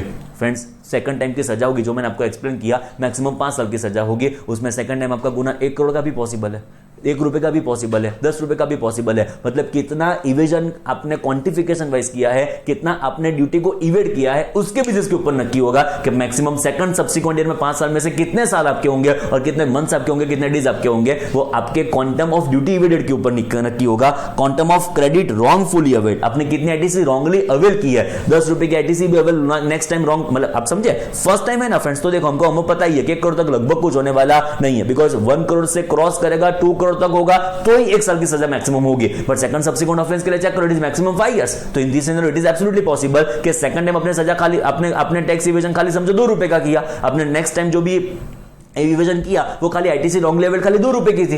पता चला? तो इस सिनेरियो में आपका अमाउंट ऑफ टैक्स एविडेड कितना है, आपका amount of ITC wrong level कितना है, ये बहुत इंपॉर्टेंट डिटरमाइनिंग फैक्टर होगा जब मैक्सिमम वर्ड को इस्तेमाल किया होगा। नेक्स्ट होगा nature and quality of evidence. आपके सामने जो एविडेंस पेश है उसका क्वालिटी कैसा है, मतलब एकदम बेसिक एविडेंस है, विटनेस ने 4-5 बार तो मुकरा दिया है, मतलब मुकर गया है अपने स्टेटमेंट से, ऐसा हुआ है, तो वो एविडेंस की क्वालिटी मजबूत नहीं है। पता चला? तो आपके सामने जो भी एविडेंस पेश किए गए हैं उसकी क्वालिटी एकदम सुपीरियर, एक ही विटनेस था और एक ही विटनेस होगा, आई विटनेस होगा, तो वो चेंज हो सकता है, 15-20 विटनेसेस थे, क्वालिटी इंप्रूव हो गई।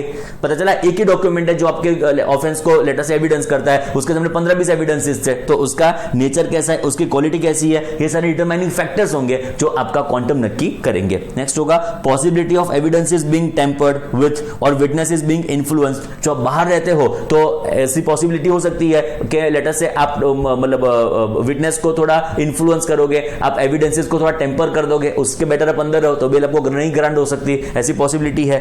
कोऑपरेशन विद इन्वेस्टिगेशन एक्सेट्रा, मतलब अपने इन्वेस्टिगेटिव ऑफिसर के साथ कोऑपरेशन कैसा किया है।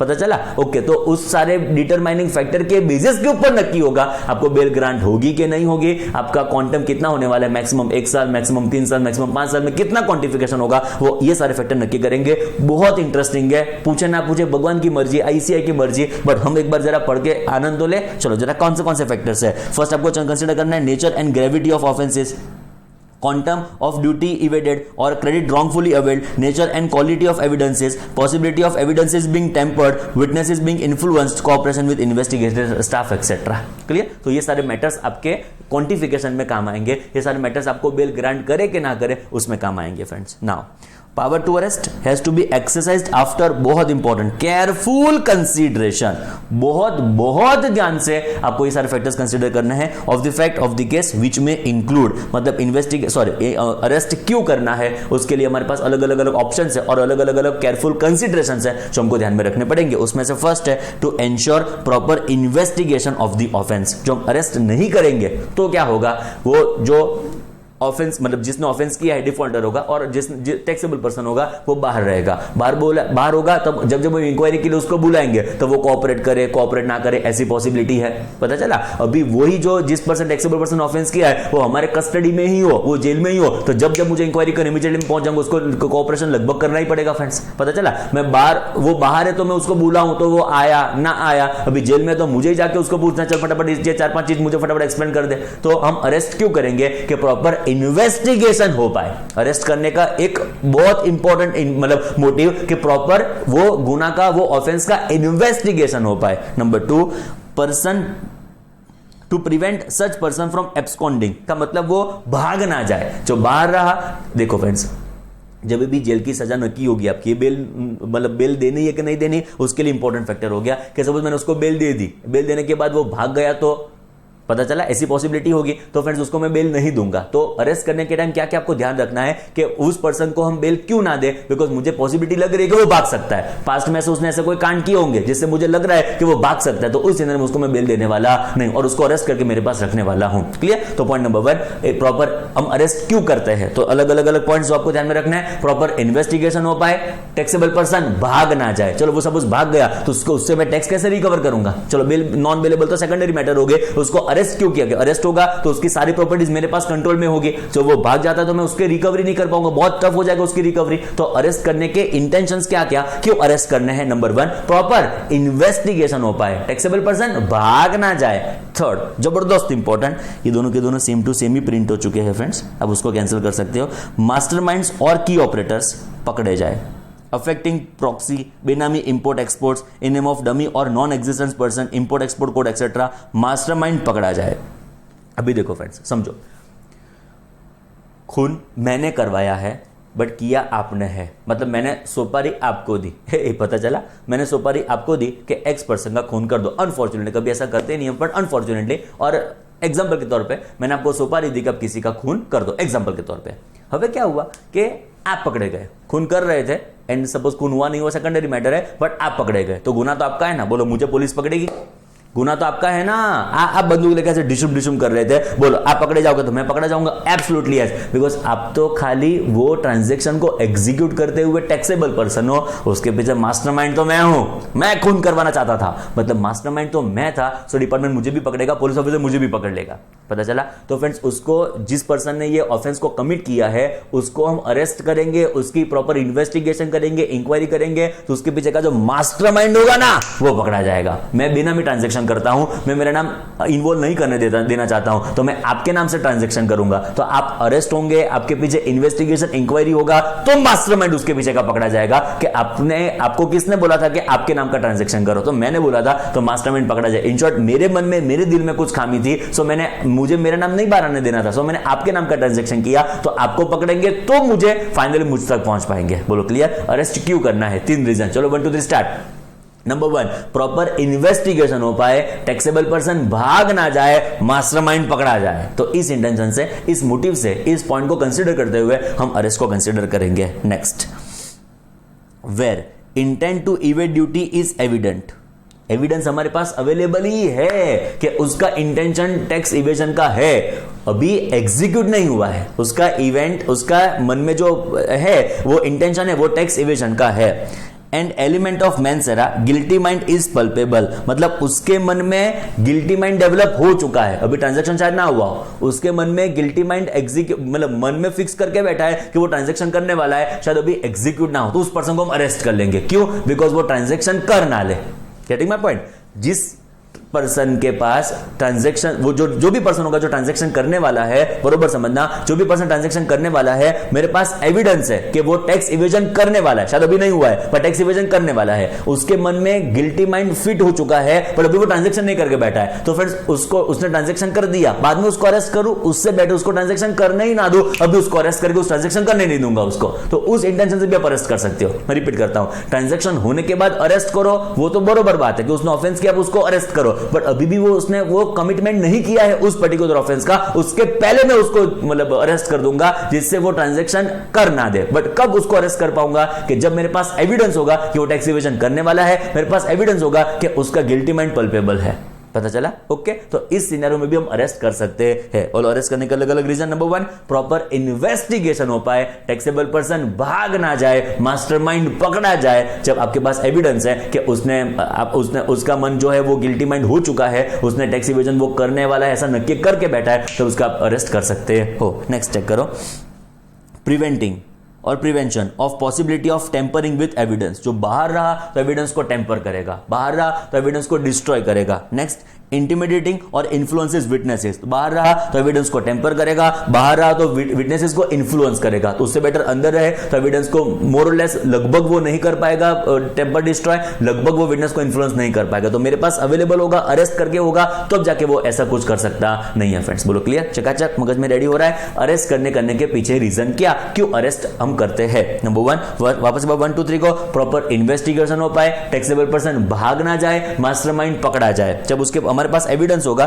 कि उसका इंटेंशन टैक्स एविजन का है, हमारे पास एविडेंस होगा कि उसके मन में गिल्टी माइंड है। नेक्स्ट होगा कि वो बाहर रहा तो टैक्स मतलब वो एविडेंस को टेम्पर करेगा, डिस्ट्रॉय करेगा, बाहर रहा तो विटनेसेस को इन्फ्लुएंस करेगा। तो ऐसी मेरे पास इंफॉर्मेशन आ गई तो उसको डेफिनेटली मैं अरेस्ट कर सकता हूं। एंड जब आपका अमाउंट्स ऑफ टैक्स इवेजन होगा वो वेरी लार्ज क्वांटम में होगा तो उसको मैं अरेस्ट करने वाला हूं।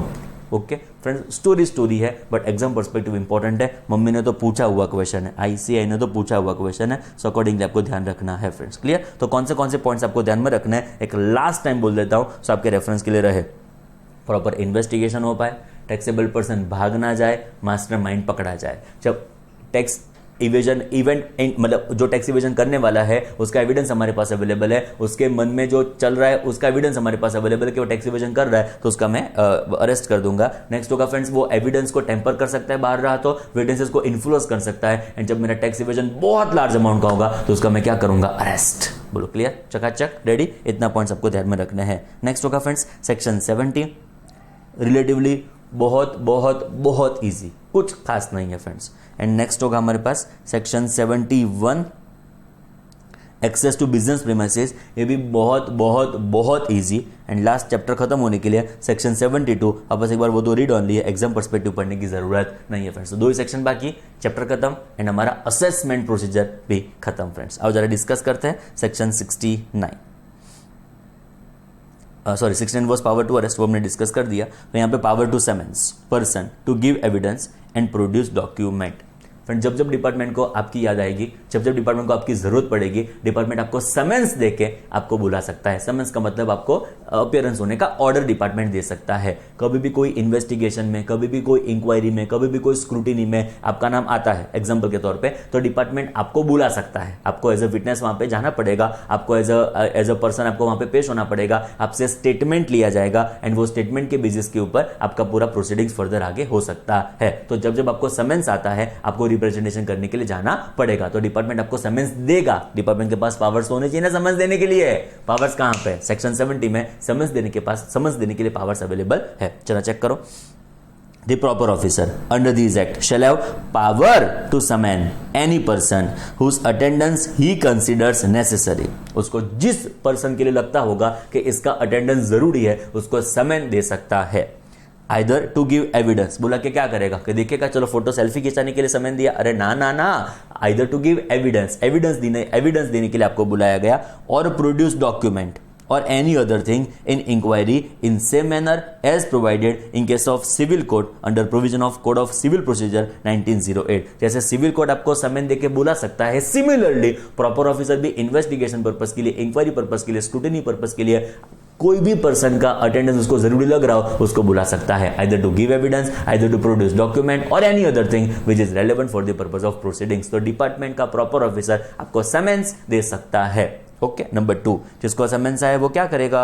ओके, तो उसकी रिस्पॉन्सिबिलिटी है, यहां पे उसकी रिस्पॉन्सिबिलिटी है, a person who is issued summons is legally bound to attend. आपके पास कोई ऑप्शन नहीं है, यू हैव टू अटेंड। कोई भी तकलीफ होता बता सकते हो, ऐसा नहीं है कि भाई रात ऑब्वियसली रात को नहीं बुलाएंगे, बट आप ऑफिस आवर्स में बुलाएंगे, बट कोई सिचुएशन से आप ना जा सको तो उसको आपको बता देना पड़ेगा कि इस सिचुएशन से आप नहीं जा सकते, तो वो कंसिडर करेगा। बाकी generally you are legally bound to comply with the notice. A person who is issued summons is legally bound to attend either in person, either खुद से जाना है, or by authorized representative and is bound to state the truth before the officer who has issued the summons upon any subject which is subject matter of examination and produce such document such other thing as may be required। वहां पे आपको जाना पड़ेगा, in person भी जा सकते हो, आपके ऑथोराइज रिप्रेजेंटेटिव के थ्रू भी आप जा सकते हो। क्वेश्चन ऐसा आता है कौन बन सकते हैं आपके ऑथोराइज रिप्रेजेंटेटिव? याद करो यहाँ पे रेफरेंस कौन से चैप्टर का आएगा? It is friends appeals and revision. बोल कौन कौन बन सकते हैं, जरा याद करो फटाफट। Advocate, CA, CS, CMA, relative, regular, employee, GSTP, मेरे चार्टर्ड अकाउंटेंट याद आ रहा है ना ये सब आपको। तो ये अलग अलग लोग आपके क्या बन सकते हैं? Authorise representative. एंड आपको जो भी बोलना है वो ट्रूथ ही बोलना है, जिस बेसिस के ऊपर आपको समन्स इशू किया गया था, विच वॉज फॉर एग्जामिनेशन और to produce document. Simple words में कंपल्सरी आपको जाना पड़ेगा, कोई ऑप्शन आपके पास अवेलेबल नहीं है फ्रेंड्स। चलो चेक करो।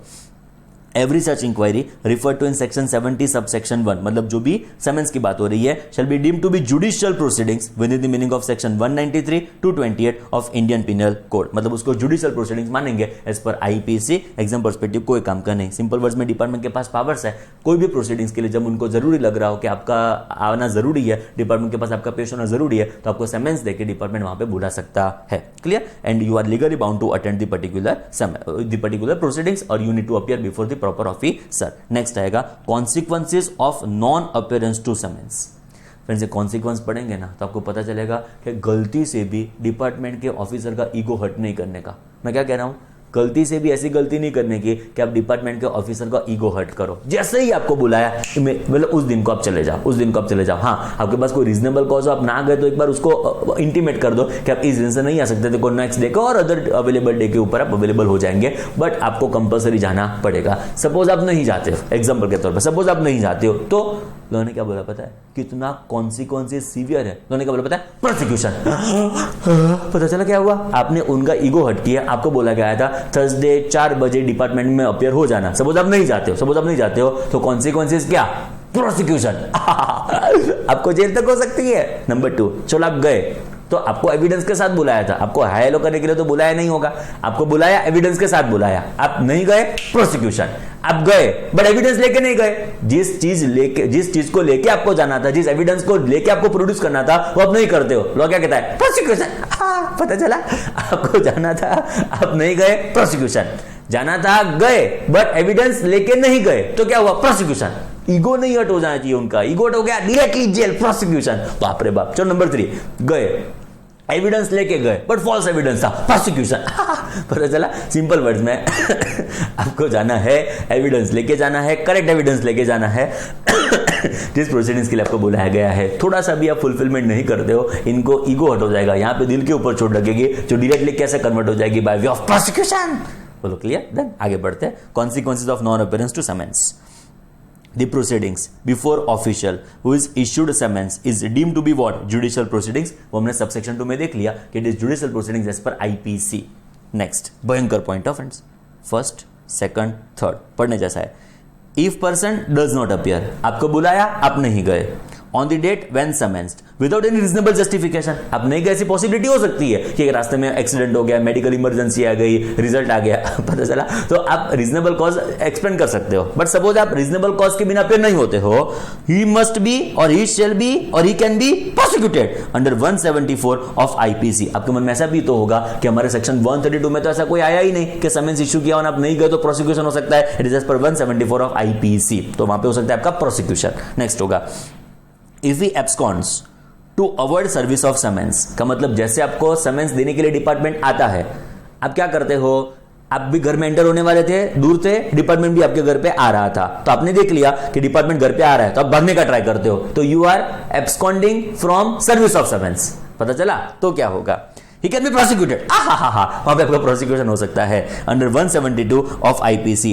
And in case he does not produce the document or electronic record required to be produce, आप चलो अपियर तो होते हो पर एविडेंस के बिना अपियर होते हो, आंसर क्या आएगा, he can be prosecuted of section 175 of IPC. Simple words में इनका ईगो हट नहीं, उन्होंने आपको बुलाया तो चले ही जाने का, एविडेंस लेके बुलाया एविडेंस लेके जाने का, करेक्ट एविडेंस होना चाहिए तो करेक्ट एविडेंस लेके जाने का। चेक करो, in case he gives false evidence, आप गए एविडेंस लेके गए बट फॉल्स था, he can be prosecuted under section 193 of IPC. ए मेरे चार्टर्ड अकाउंटेंट, पता चल रहा है? चलो शुरू हो जाओ। डिपार्टमेंट के पास पावर्स है, आपको समन देके बुला सकता है, कंपलसरी आपको वहां पे जाना पड़ेगा। नंबर 2, ये जो भी प्रोसीडिंग्स होगी वो लीगल प्रोसीडिंग्स मानी जाएगी, वो जुडिशियल प्रोसीडिंग्स मानी जाएगी। नंबर 1, आपकी रिस्पांसिबिलिटी क्या, you are legally bound to attend, compulsory आपको वहां पे जाके एविडेंस पेश करना पड़ेगा। नेक्स्ट आएगा कॉन्सिक्वेंसेस क्या क्या होंगे। नंबर नेक्स्ट, फर्स्ट आप नहीं गए, प्रोसिक्यूशन। आप गए एविडेंस लेके नहीं गए, प्रोसिक्यूशन। आप गए एविडेंस लेके गए बट फॉल्स थे, प्रोसिक्यूशन। एंड आपके वहां पे वो समन्स इशू करने के लिए आ रहे थे, आप भागने का ट्राई करते हो कि आपके समन्स सर्व ही ना हो, समन्स आपको इशू ही ना हो, तो भी क्या करेगा डिपार्टमेंट, प्रोसिक्यूशन। एंड जबरदस्त यहां पे रेफरेंस आएगा विच is section 122 subsection 3 clause D. जो आपको समन दिया जाता है तो एंड आप अपेयर नहीं होते हो तो प्रोसिक्यूशन तो होगा ही होगा, उसमें कोई सेकंड थॉट नहीं है, बट आपके वहां पे पेनल्टी लग सकती है। याद आया friends, subsection 3 is applicable to any person, आपकी पेनल्टी कितनी रहने वाली है, max ₹25,000। Getting my point exactly what I am trying to convey. तो चेक करो, in addition, if a person does not appear before CGST SGST officer who is issued summon, he shall be liable to what? Penalty up to ₹25,000 under 122 subsection 3 clause D। वापस एक बार मेरे दिल से ऐसी इच्छा है, आप 122 को बार रिफर कर लो एंड 3 मतलब थर्ड सबसेक्शन में डी पॉइंट चेक कर लो, वहां पे समेन वाला पॉइंट होगा, वहां पे रेफरेंस लिख दो कि हमारा ये section 70 which is of inspection search and scissor page number 30। तो ये कनेक्शन हो जाएगा ना, जो बहुत इंपॉर्टेंट होता है फ्रेंड्स। उसमें मुझे बहुत बहुत दिलचस्पी होती है कि सब लोगों को ये कनेक्शंस पता होने चाहिए कि यहां से वहां पे पेनल्टी क्या है, पेनल्टी के लिए पावर्स कहां पे, विच is section 70 which is समेन। Simple words में मैक्सिमम 25,000 तक की आपकी वहां पे पेनल्टी भी हो सकती है। क्लियर? तो ये समेंस के पावर्स है। अभी उसकी स्टोरी शुरू होगी कि गाइडलाइंस कौन सी होगी। इसकी तो दो स्टोरी है, एक तो गाइडलाइंस कौन सी होगी समेंस में, एंड यहाँ पे कौन से प्रिकॉशंस आप ऑब्जर्व करेंगे जब आप समेंस इश्यू करेंगे तब। क्लियर? तो ये दो स्टोरी है जो हमारे स्टडी मटेरियल में इंक्लूसिव है, जो एक्ट का पार्ट नहीं है उसको हमको यहां पे कंसीडर करना पड़ेगा, which is guidelines for summons friends. चलो फ्रेंड्स, वन बाय वन उसको चेक करते हैं। The CBIC, Central Board of Excise and Custom, now it must be CBIC friends, in Department of Revenue, Ministry of Finance has issued guidelines from time to time to ensure that summons provisions are not misused in the field.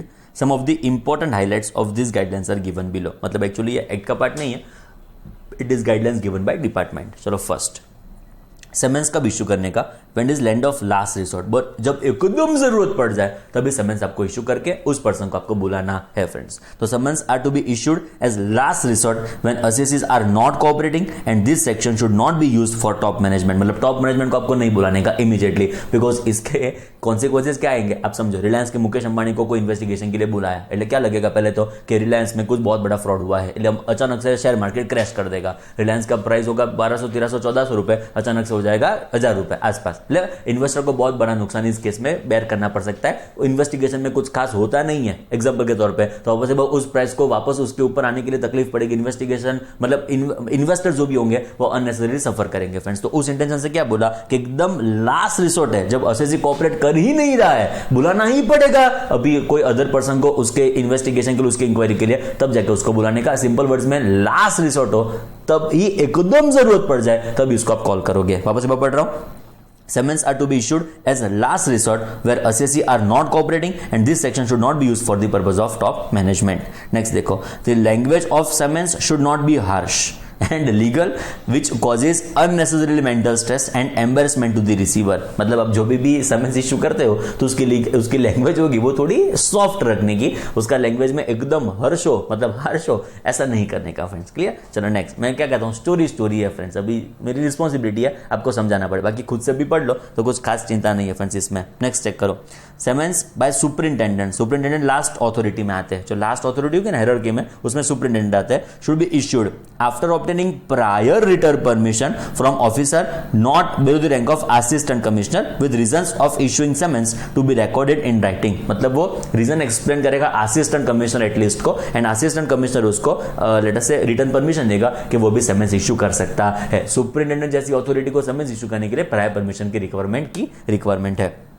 Next, where for operational reason it is not possible to obtain such prior written permission। मतलब superintendent जब prior return permission नहीं obtain कर सकता है, कोई बेचारा example के तौर पे सुपरिंटेंडेंट अहमदाबाद में है, अभी उसका जो ऑफिसर था वो गोवा गया है घूमने के लिए, तो क्या करने का, ओरल और telephonic permission from such officer must be obtain. उसको फोन करके बुलाएंगे और उसको फोन करके हम परमिशन ऑब्टेन कर लेंगे तो भी चलेगा। And same should be reduce to writing and intimated to officer according to such permission at earliest opportunity. मतलब जैसे ही उसकी अवेलेबिलिटी होती है इमीडिएटली उसकी रिटर्न परमिशन में मुझे ओरल परमिशन को कन्वर्ट कर देना पड़ेगा। अभी टेलीफोन से चल जाएगा, बट जैसे उसकी अवेलेबिलिटी हो, जैसे एयरपोर्ट के ऊपर आता है, खाली मजाक कर रहा हूं, जैसे एयरपोर्ट के ऊपर आएगा मुझे उसको लेने के लिए पहुंचाना है, डॉक्यूमेंट चल फटाफट साइन कर। सिंपल वर्ड्स में उसकी अवेलेबिलिटी के ऊपर एट दी अर्लीस्ट मुझे ओरल परमिशन को रिटन परमिशन में कन्वर्ट करना पड़ेगा। फर्स्ट होगा land of last resort, language थोड़ी हर्ष नहीं होनी चाहिए। नेक्स्ट होगा प्रायर रिटन परमिशन चाहिए सुपरिंटेंडेंट को, एंड जो रिटन परमिशन पॉसिबल ना हो, ओरल परमिशन भी चलेगी, एट इट्स अर्लीस्ट उसको रिटन परमिशन में कन्वर्ट करना पड़ेगा। नेक्स्ट चेक करो, in all cases where summons is issued, the officer issuing summons should submit a report। उसका रिपोर्ट आपको सबमिट करना होगा, and should record a brief of the proceedings in the case file. Case file में उसका brief आपको maintain करना पड़ेगा कि आपने समन्स इश्यू करके जो पर्सन को बुलाया उसके इंक्वायरी में आपने क्या क्या किया, उसका ब्रीफ आपको रिकॉर्ड करना होगा and submit the same to the officer who had authorised the issuance of the summons. Simple words में जो भी पर्सन समन्स इश्यू करता है उसका समन्स होने के बाद वो पर्सन आपके साथ अपियर होगा एंड उसकी इंक्वायरी होगी, उसका पूरा ब्रीफ आपको लिखना पड़ेगा एंड वो ब्रीफ आपको सबमिट करना होगा to the issuing authority. Next check करो।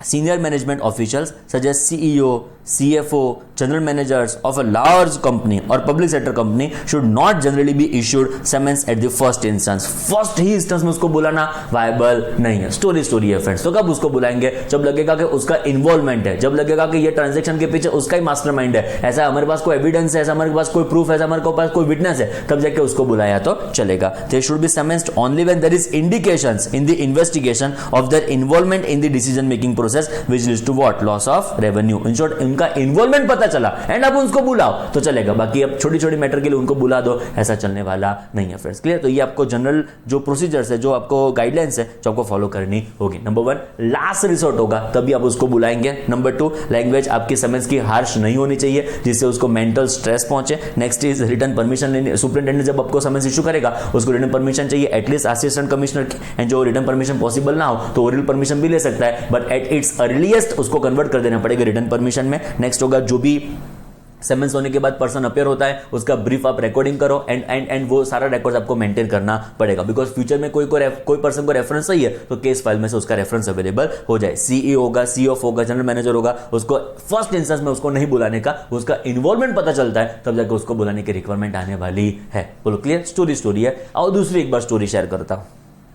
Precautions to be observe while issuing summons. कौन से मैटर्स आपको ध्यान में रखने होंगे, कौन से आपके प्रिकॉशंस लेने जब आप समन्स इश्यू करते हो तब। First, the following precautions should generally be observe when summonsing a person. Number 1, A summon should not be issued for appearance when it is not justified। मतलब प्रॉपर जस्टिफिकेशन हो तो summons issue करेंगे तो चलेगा, मतलब प्रॉपर जस्टिफिकेशन होना चाहिए for the purpose of issuing summons.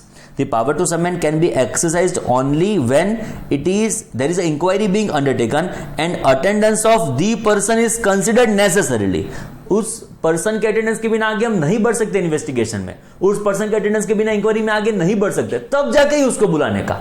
As such first इसमें उसको बुला दो, ऐसा चलने वाला नहीं है। मतलब एकदम उसकी अटेंडेंस की फील आपको हो रही हो कि कंपलसरी अटेंड करना ही पड़े, उसको बुलाना ही पड़ेगा, उसका अटेंडेंस बहुत जरूरी है, तब जाकर उसको बुलाओ। मतलब फर्स्ट ऐसा हम ध्यान रखेंगे, एकदम जरूरी हो तो ही बुलाओ। ये पूछने के चांस थोड़े ज्यादा है, ये क्वेश्चन पूछने के थोड़े ज्यादा है। देखो हम उसको ऐसे याद रखेंगे। नंबर 1, नंबर ए, एकदम जरूरी हो तब ही बुलाओ। नंबर नेक्स्ट, बार बार मत बुलाओ।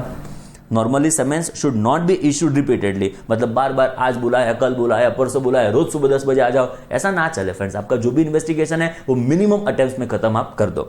As far as practicable the statement of accused और witnesses should be recorded in minimum number of appearances. मतलब 2-3 बार मैक्सिमम आप, मतलब मैक्सिमम उसका टाइम जब भी वो आता है तब उसके पास अवेलेबल करके मिनिमम अटेम्प्ट्स में उसका जो भी स्टेटमेंट है उसको आप रिकॉर्ड करने का ट्राई करो। नंबर 1, एकदम जरूरी हो तो ही बुलाओ, बार बार मत बुलाओ। Number 3, respect the time of appearance given in the summons. Officer आपको बुलाता है 4 बजे, वही आता है सुबह नेक्स्ट दिन 10 बजे, तो ऐसा ना चले फ्रेंड्स। जब आप टाइम पे जाते हो, आप टाइम पे, मतलब ऑफिसर टाइम पे उसको बुलाता है एंड जब वो पर्सन टाइम पे आ जाता है तो ऑफिसर की भी रिस्पॉन्सिबिलिटी है वो टाइम को मैनेज करे। हाँ 5-7-10 मिनट आगे पीछे थोड़ा चले, बट अदरवाइज 4 बजे की जगह दूसरे दिन 10 बजे आता है, ऐसा ना चले। हाँ कभी कभी ऐसा होगा कि स्ट्रेटेजिकली आपको 4 बजे बुलाएंगे एंड वो आएंगे 5 बजे एंड आपको ऑब्जर्व करेंगे कि 4 से 5 आपका टेंशन मन में कितना है, तो स्ट्रेटेजिकली ऐसा लेट आओ तो चलेगा, पता चला स्ट्रेटेजिकली ऐसा लेट आएगा तो चलेगा, बट अदरवाइज 4 बजे का टाइम दिया तो 4 बजे आपको अपेयर हो जाना पड़ेगा। बहुत सारे ऐसी कंपनीज भी होती है जब आपको जॉब इंटरव्यू में बुलाएगी ना फ्रेंड्स, तो 10 बजे आपका जॉब इंटरव्यू का टाइम होगा, आप तो 10 बजे एकदम रेडी होकर पहुंच जाओगे, सूट बूट पहन के पहुंच जाओगे,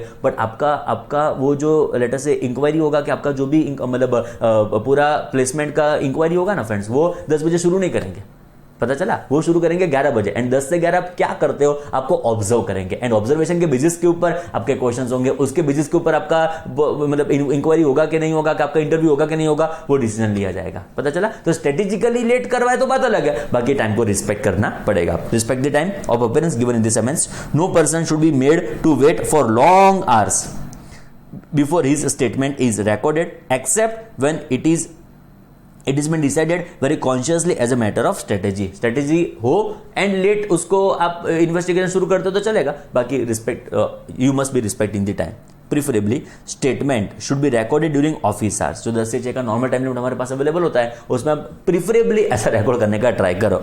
however exception could be made regarding time and place of recording having regard to fact in the case, कभी कभी ऐसी जरूरत लगे तो आप उसको एक अदरवाइज भी कंसिडर कर सकते हो। क्लियर? तो 4 पॉइंट स्टोरी है। बोलो फर्स्ट, नंबर 1, एकदम जरूरी हो तो ही बुलाओ, बार बार मत बुलाओ। नंबर 3, टाइम को रिस्पेक्ट करो एंड ऑफिस आवर्स में स्टेटमेंट को आप रिकॉर्ड करो। तो ऐसा कुछ ना कुछ आपको पूछेंगे समन्स के बारे में तो आपको लिख के आना है। To my opinion section 70 highest important है, बट मम्मी मगर थोड़ा पता नहीं कैसा है, कभी कभी ये गाइडलाइंस आपको पूछ ले तो आपकी तकलीफ ना पड़े फ्रेंड्स। क्लियर? दोनों के दोनों गाइडलाइंस प्रिकॉशंस मैं कंक्लूड कर देता हूं। फर्स्ट होगा फ्रेंड्स, लास्ट रिसोर्ट होगा तभी समय से आप इश्यू करो। नेक्स्ट, लैंग्वेज आपकी हार्श नहीं होनी चाहिए। सुपरिटेंडेंट को रिटर्न परमिशन चाहिए समय से इश्यू करने के पहले। रिटर्न परमिशन पॉसिबल ना हो और टेलीफोनिक परमिशन पॉसिबल होगी तो at the earliest return permission आपको ऑब्टेन करनी होगी। जो भी आपका समय इश्यू करने के बाद जो भी पर्सन आता है उसका ब्रीफ रिकॉर्डिंग फटाफट आप केस फाइल में फाइल कर दो। नेक्स्ट होगा सीईओ, सीएफओ, जनरल मैनेजर जो बड़ी बड़ी कंपनीज के होंगे उसको फर्स्ट इंस्टेंस में समय मत इश्यू करो। उसको जब एकदम जरूरी है उसका इन्वेस्टिगेशन में पता चलेगा उसका इन्वॉल्वमेंट है, उसके पीछे वो मास्टरमाइंड था, तब जाकर उसको बुलाएंगे तो चलेगा। नेक्स्ट स्टोरी ऐसी थी, एकदम जरूरी हो तो ही बुलाओ, बार बार मत बुलाओ, टाइम को रिस्पेक्ट करो एंड ऑफिस आवर्स में इस स्टेटमेंट को आप रिकॉर्ड करो। बोलो क्लियर? स्टोरी खत्म। नेक्स्ट आएगा हमारे वहां पे सेक्शन 71, इस चैप्टर की असेसमेंट प्रोसीजर की लास्ट इंपॉर्टेंट सेक्शन। 72 में तो कुछ नहीं रखा हुआ है फ्रेंड्स। क्लियर? आज तक पूछा नहीं है इस चैप्टर में से, आज तक पूछा जो मैंने आपको बता दिया कौन से offences cognizable and non bailable है, और ऐसा कुछ पूछा था कि non bailable it was non cognizable plus bailable. In short ऐसा कुछ दो में से एक क्वेश्चन को पूछा था। बाद में गाइडलाइंस फॉर अरेस्ट इस क्वेश्चन को पूछा है। नेक्स्ट हमारे पास सेक्शन 71, आज तक ना पूछी गई क्वेश्चन, कभी कभी पूछ सकते हैं, एक्सेस टू बिजनेस प्रीमाइसेस। वापस एक बार स्टोरी है, क्या डिपार्टमेंट हमारे बिजनेस प्रीमाइसेस एक्सेस कर सकता है? हाँ, वो कर सकता है। तो अब बिजनेस प्रीमाइसेस एक्सेस करके क्या करेगा? वो कुछ अलग अलग डॉक्यूमेंट्स, अलग अलग मतलब बुक्स ऑफ अकाउंट्स हमसे मांगेगा, तो क्या हमको देना पड़ेगा? Absolutely yes. खत्म हो गया सेक्शन। पता चला एक पेज में कितना लिखा, क्या हमारे बिजनेस प्रीमाइसेस पे आ सकता है? हाँ। हमारे बिजनेस प्रीमाइसेस को एक्सेस कर सकता है? हाँ। अलग अलग document, register, books of accounts मांग सकता है? हाँ। हमको देना पड़ेगा? हाँ। सेक्शन खत्म हुई। ओके, उसके लिए एक पूरा पेज भर दिया। आज जरा चेक करते हैं। Any officer under this act authorised by proper officer but not below rank of joint commissioner. Okay, मतलब जॉइंट कमिश्नर अथॉरिटी देगा कोई भी ऑफिसर को, वो ऑफिसर को क्या एक्सेस होगा, क्या पावर्स उसके पास होंगे? Shall have access to any place of business of registered person. कोई भी रजिस्टर्ड पर्सन का प्लेस ऑफ बिजनेस का एक्सेस उसके पास है। क्यों एक्सेस है? In to inspect books of accounts, documents, computers, computer programs, computer softwares whether installed in computer or otherwise. मतलब कंप्यूटर सॉफ्टवेयर कभी बार भी हम रखते हैं, पेनड्राइव में कंप्यूटर सॉफ्टवेयर होता है, जो पेनड्राइव में सब हम काड़ा काम करते हैं, पता चला? तो इंस्टॉल्ड और नॉट दोनों कवर कर दिए। And such other things he may require and which may be available at such place. Simple words में आपके बिजनेस प्रीमाइसेस का वो एक्सेस कर सकता है। क्यों एक्सेस करता है? आपके बुक्स ऑफ अकाउंट्स को, डॉक्यूमेंट्स को, कंप्यूटर प्रोग्राम को, कंप्यूटर सॉफ्टवेयर को, इंस्टॉल थे इंस्टॉल नहीं थे, अदर थिंग्स का इंस्पेक्शन करने के लिए आपकी प्रीमाइसेस का वो बिजनेस, आपके प्रीमाइसेस का वो इंस्पेक्शन कर सकता है। क्यों इंस्पेक्शन करेगा? For the purpose of carrying out audit, audit करने के लिए इंस्पेक्शन करेगा। Scrutiny, verification, checks as may be necessary to safeguard the interest of revenue. Revenue का कोई मतलब डिपार्टमेंट का कोई रेवेन्यू लीकेज तो नहीं हो रहा है ना, उसको एंश्योर करने के लिए, उसके लिए वो आके आपकी प्रीमाइसेस में एक्सेस कर सकता है। एक कंप्यूटर ने, कंप्यूटर प्रोग्राम ने, ये मतलब बुक्स ऑफ अकाउंट्स ने, डॉक्यूमेंट्स ने, ये सारा वो इन्वेस्टिगेशन और लेटर से उसका इंस्पेक्शन कर सकता है। सिंपल वर्ड्स में कंक्लूड करना हो तो क्या ऑफिसर, प्रॉपर ऑफिसर हमारे वहां पे आके बिजनेस प्रीमाइसेस को एक्सेस कर सकता है? हाँ, बिजनेस प्रीमाइसेस का वो एक्सेस कर सकता है। आके कुछ अलग अलग चीज हमसे मांग सकता है? हाँ, मांग सकता है। चेक करो। Every person in charge of the place refer to in 71 subsection 1 shall on demand, मांगे तब, डॉट डपण नहीं करने का, मांगे तब, make available to the officer authorised under 71 subsection 1 or audit party deputed by proper officer or cost accountant, chartered accountant nominated under section 66। याद आया 66?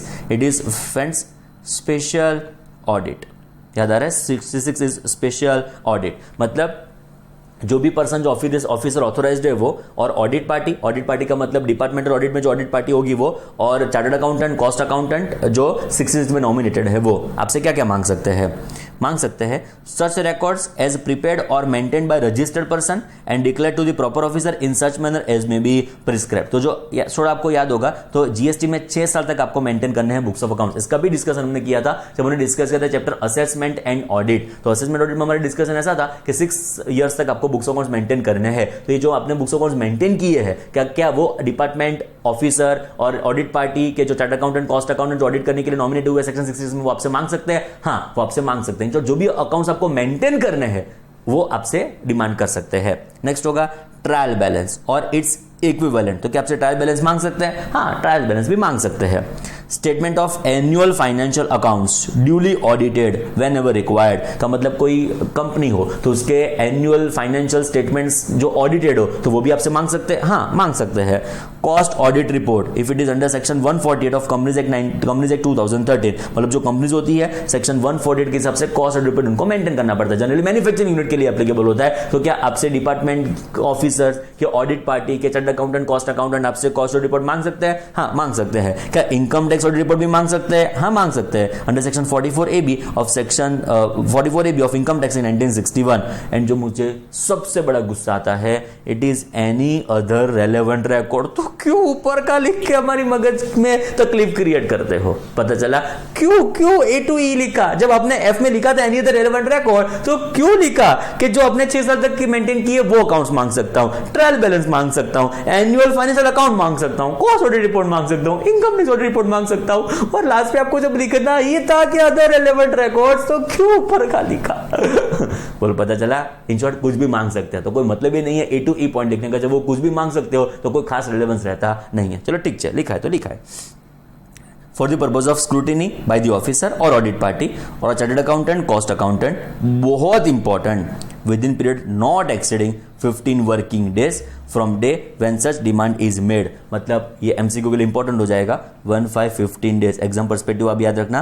15 डेज मतलब देखो, जब से आपसे ऑडिट रिपोर्ट ने, कॉस्ट ऑडिट रिपोर्ट ने, अदर रेलेवेंट रिकॉर्ड आपसे मांगे गए तो आपको सबमिट करने होंगे within what time? 15 days working days, जिस दिन से आपसे मांगे गए। और such further period as may be allowed by the said officer or audit party, chartered accountant, cost accountant. Simple words में सारे रिकॉर्ड्स आपसे डेफिनेटली मांग सकते हैं एंड आपको सबमिट भी करने होंगे। सबमिट करने पड़ेंगे विद इन व्हाट टाइम? बोलो 15 डेज में आपको इसको सबमिट करने की रिक्वायरमेंट आने वाली है। क्लियर? पॉइंट नंबर 1, क्या आपके बिजनेस प्रीमिसेस का वो लोग एक्सेस कर सकते हैं? हाँ, एक्सेस कर सकते हैं। बिजनेस प्रीमिसेस में आके आपके बुक्स ऑफ अकाउंट्स ने, डॉक्यूमेंट्स ने, रजिस्टर ने, कंप्यूटर प्रोग्राम ने, सॉफ्टवेयर ने, ये सारा भी वो लोग इंस्पेक्शन कर सकते हैं। नंबर 2, क्या आपसे अलग अलग डॉक्यूमेंट्स की भीख मांग सकते हैं? हाँ, अलग अलग डॉक्यूमेंट्स की भीख मांग सकते हैं। कौन से डॉक्यूमेंट्स? जो आपने मेंटेन किए थे 6 साल के लिए, जो रिक्वायरमेंट है मेंटेन करने की, बाद में एनुअल फाइनेंशियल स्टेटमेंट जो ड्यूली ऑडिटेड होंगे वो, बाद में कॉस्ट ऑडिट रिपोर्ट ने, इनकम टैक्स ऑडिट रिपोर्ट ने, अदर रेलेवेंट रिकॉर्ड्स। जब भी हमसे मांगा जाता है तो क्या हमको ये सबमिट करना पड़ेगा? एब्सोल्युटली सबमिट करना पड़ेगा with in what time? 15 working days में इसको सबमिशन की रिक्वायरमेंट आने वाली है। तो ये आप सबमिट करोगे with in what time? 15 days. Clear? चलो नेक्स्ट एंड लास्ट सेक्शन 72, जो वापस एक बार कोई काम की नहीं है, which is officers to assist proper officer. All officers of police, railway, custom and those officer engaged in collection of land revenue, including village officers, officer of state tax, officer of duty tax, बस अभी खत्म हुआ, shall assist proper officer in implementation of these act। In short सारे लोग help करेंगे उनको for implementation of these act। तो help करेंगे तो करेंगे। Next, the government may by notification empower require other class of officer to assist proper officer। ऊपर कम पड़ गए थे तो other class of officer को भी बुलाएंगे। क्यों? to assist proper officer in implementation of these act whenever called upon to do so by the commissioner। Simple words में अदर क्लास ऑफ ऑफिसर को भी बुला के हम इसकी हेल्प में जुड़वा सकते हैं। सिंपल वर्ड्स में कोई काम का नहीं, आज के बाद आप उसको नहीं पढ़ेंगे। सारा ऑफिसर प्रॉपर ऑफिसर हेल्प करने वाले हैं तो करने वाले, उसमें कुछ हम खास उकाड़ सकते नहीं है। क्लियर? चलो वापस एक बार मैं रिपीट करता हूँ। दोनों के दोनों क्वेश्चन थे जो हमने ऑलरेडी डिस्कस कर दिए है फ्रेंड्स, उसमें कुछ बाकी नहीं रहता है। जो इंपॉर्टेंट था एग्जाम पर्सपेक्टिव वो भी मैंने आपको पहले से ही बता दिया है friends. Section 67 exam perspective highest important, और बाद में ये आपको एग्जाम पर्सपेक्टिव पढ़ने की जरूरत नहीं है, पावर टू अरेस्ट पढ़ने की जरूरत नहीं है, बट उसके जो भी गाइडलाइंस है तो उसके जो भी गाइडलाइंस है वो हमको डिस्कस करने पड़ेंगे, वो ध्यान रखने पड़ेंगे। इसमें भी आपको जो गाइडलाइंस है वो ध्यान में रखने हैं फ्रेंड्स। जब सेक्शन 67 की बात आएगी, बाद में पावर टू समन्स का सेक्शन 70 है, वो काम का है बट उसमें कुछ खास खाली पावर्स दी है कि आपको समन्स इशू कर सकते हैं। बाद में कॉन्सिक्वेंसेज के अपीयरेंस नहीं होने के वो भी आपको पता है, प्रोसिक्यूशन एंड 122 सबसेक्शन 3 के हिसाब से मैक्सिमम पेनल्टी कितनी रहेगी आपकी 25,000। तो सिंपल वर्ड्स में ये समन्स तो इंपॉर्टेंट है ही है और उसके गाइडलाइंस, उसके प्रिकॉशंस ये बहुत इंपॉर्टेंट है। एक्सेस टू बिजनेस प्रीमाइसेस आप ना पढ़ो तो चले, 15 डेज वाला पॉइंट आपको खाली ध्यान में रखना है, बाकी चलेगा। एमसीक्यू के लिए रिलेवेंट है, बाकी कुछ खास चिंता नहीं है। ऑफिसर टू असिस्ट ऑफिसर ये तो कभी भी पढ़ने की जरूरत नहीं है फ्रेंड्स। रिलेटिवली आप चेक करो तो 67 हाईएस्ट इंपॉर्टेंट है, बाकी जो गाइडलाइंस है, प्रिकॉशंस है, वो आपको ध्यान में रखने चाहिए इस चैप्टर के लिए फ्रेंड्स। क्लियर? तो now we are finally concluding our assessment procedure under GST, जिसका डिस्कशन हमने यहां से शुरू किया था, which was assessment and audit, including 73, 74, 75. Next, a very important chapter, it is friends appeals and revision. Next was liability to pay in certain cases, relatively छोटा सा chapter, हमने बीच में थोड़ा ब्रेक लेने के लिए ऐसा छोटा सा चैप्टर कंसिडर किया। बाद में beautiful very wonderful chapter exam perspective भयंकर important, it is friends offences and penalties. बाद में छोटा चैप्टर वापस एक बार कंसिडर किया, एडवांस रूलिंग। बाद में दो छोटे चैप्टर थे जिसका डिस्कशन हमने कंक्लूड किया, which is demand and recovery, जिसकी दो सेक्शन बहुत important, 76, 79 and inspection search and scissor, जिसकी एक सेक्शन बहुत इंपॉर्टेंट विच इज सेक्शन 67। बोलो clear? Hopefully it was a wonderful journey of assessment procedure considering this different 7 topics friends. सब कुछ आपको लगभग पता चला होगा। कोई भी क्वेरी हो, अभी भी मैं आपको मेरा वापस एक बार व्हाट्सएप नंबर दे देता हूँ जिसके ऊपर आप कॉल कर सकते हो एंड कोई भी डाउट आपका पूछ सकते हो। बहुत अच्छे डाउट्स आ ही रहे हैं, उसको मैं रीजनेबल टाइम में रिवर्ट करने का ट्राई भी करता हूँ, बट छोटा सा भी मन में डाउट हो तो मन में नहीं रखने का फ्रेंड्स, एक बार डिस्कस कर लेने का, जिससे वो क्लैरिटी आपके मन में बिल्ड हो जाए फ्रेंड्स। क्लियर? आगे का हमारा जो भी डिस्कशन होगा वो हम एग्जाम्पशन चैप्टर से मतलब वहां से हम शुरू करेंगे। प्लेस ऑफ सप्लाई भी कंसिडर करना है, बट हम सब्सिक्वेंट लेक्चर्स आगे जो भी हमारा डिस्कशन होगा वो एग्जाम्पशन से शुरू होगा। फर्स्ट लेक्चर एग्जाम्पशन का बेसिक्स होगा, प्लस आरबीआई अलग अलग कैटेगरी हम डिस्कस करेंगे एंड सो ऑन। बाद में हम एग्जाम्पशंस कंसिडर करेंगे, तो सब्सिक्वेंट लेक्चर्स हमारे एग्जाम्पशंस के ऊपर होंगे। Thank you so much friends, all the very best, thank you.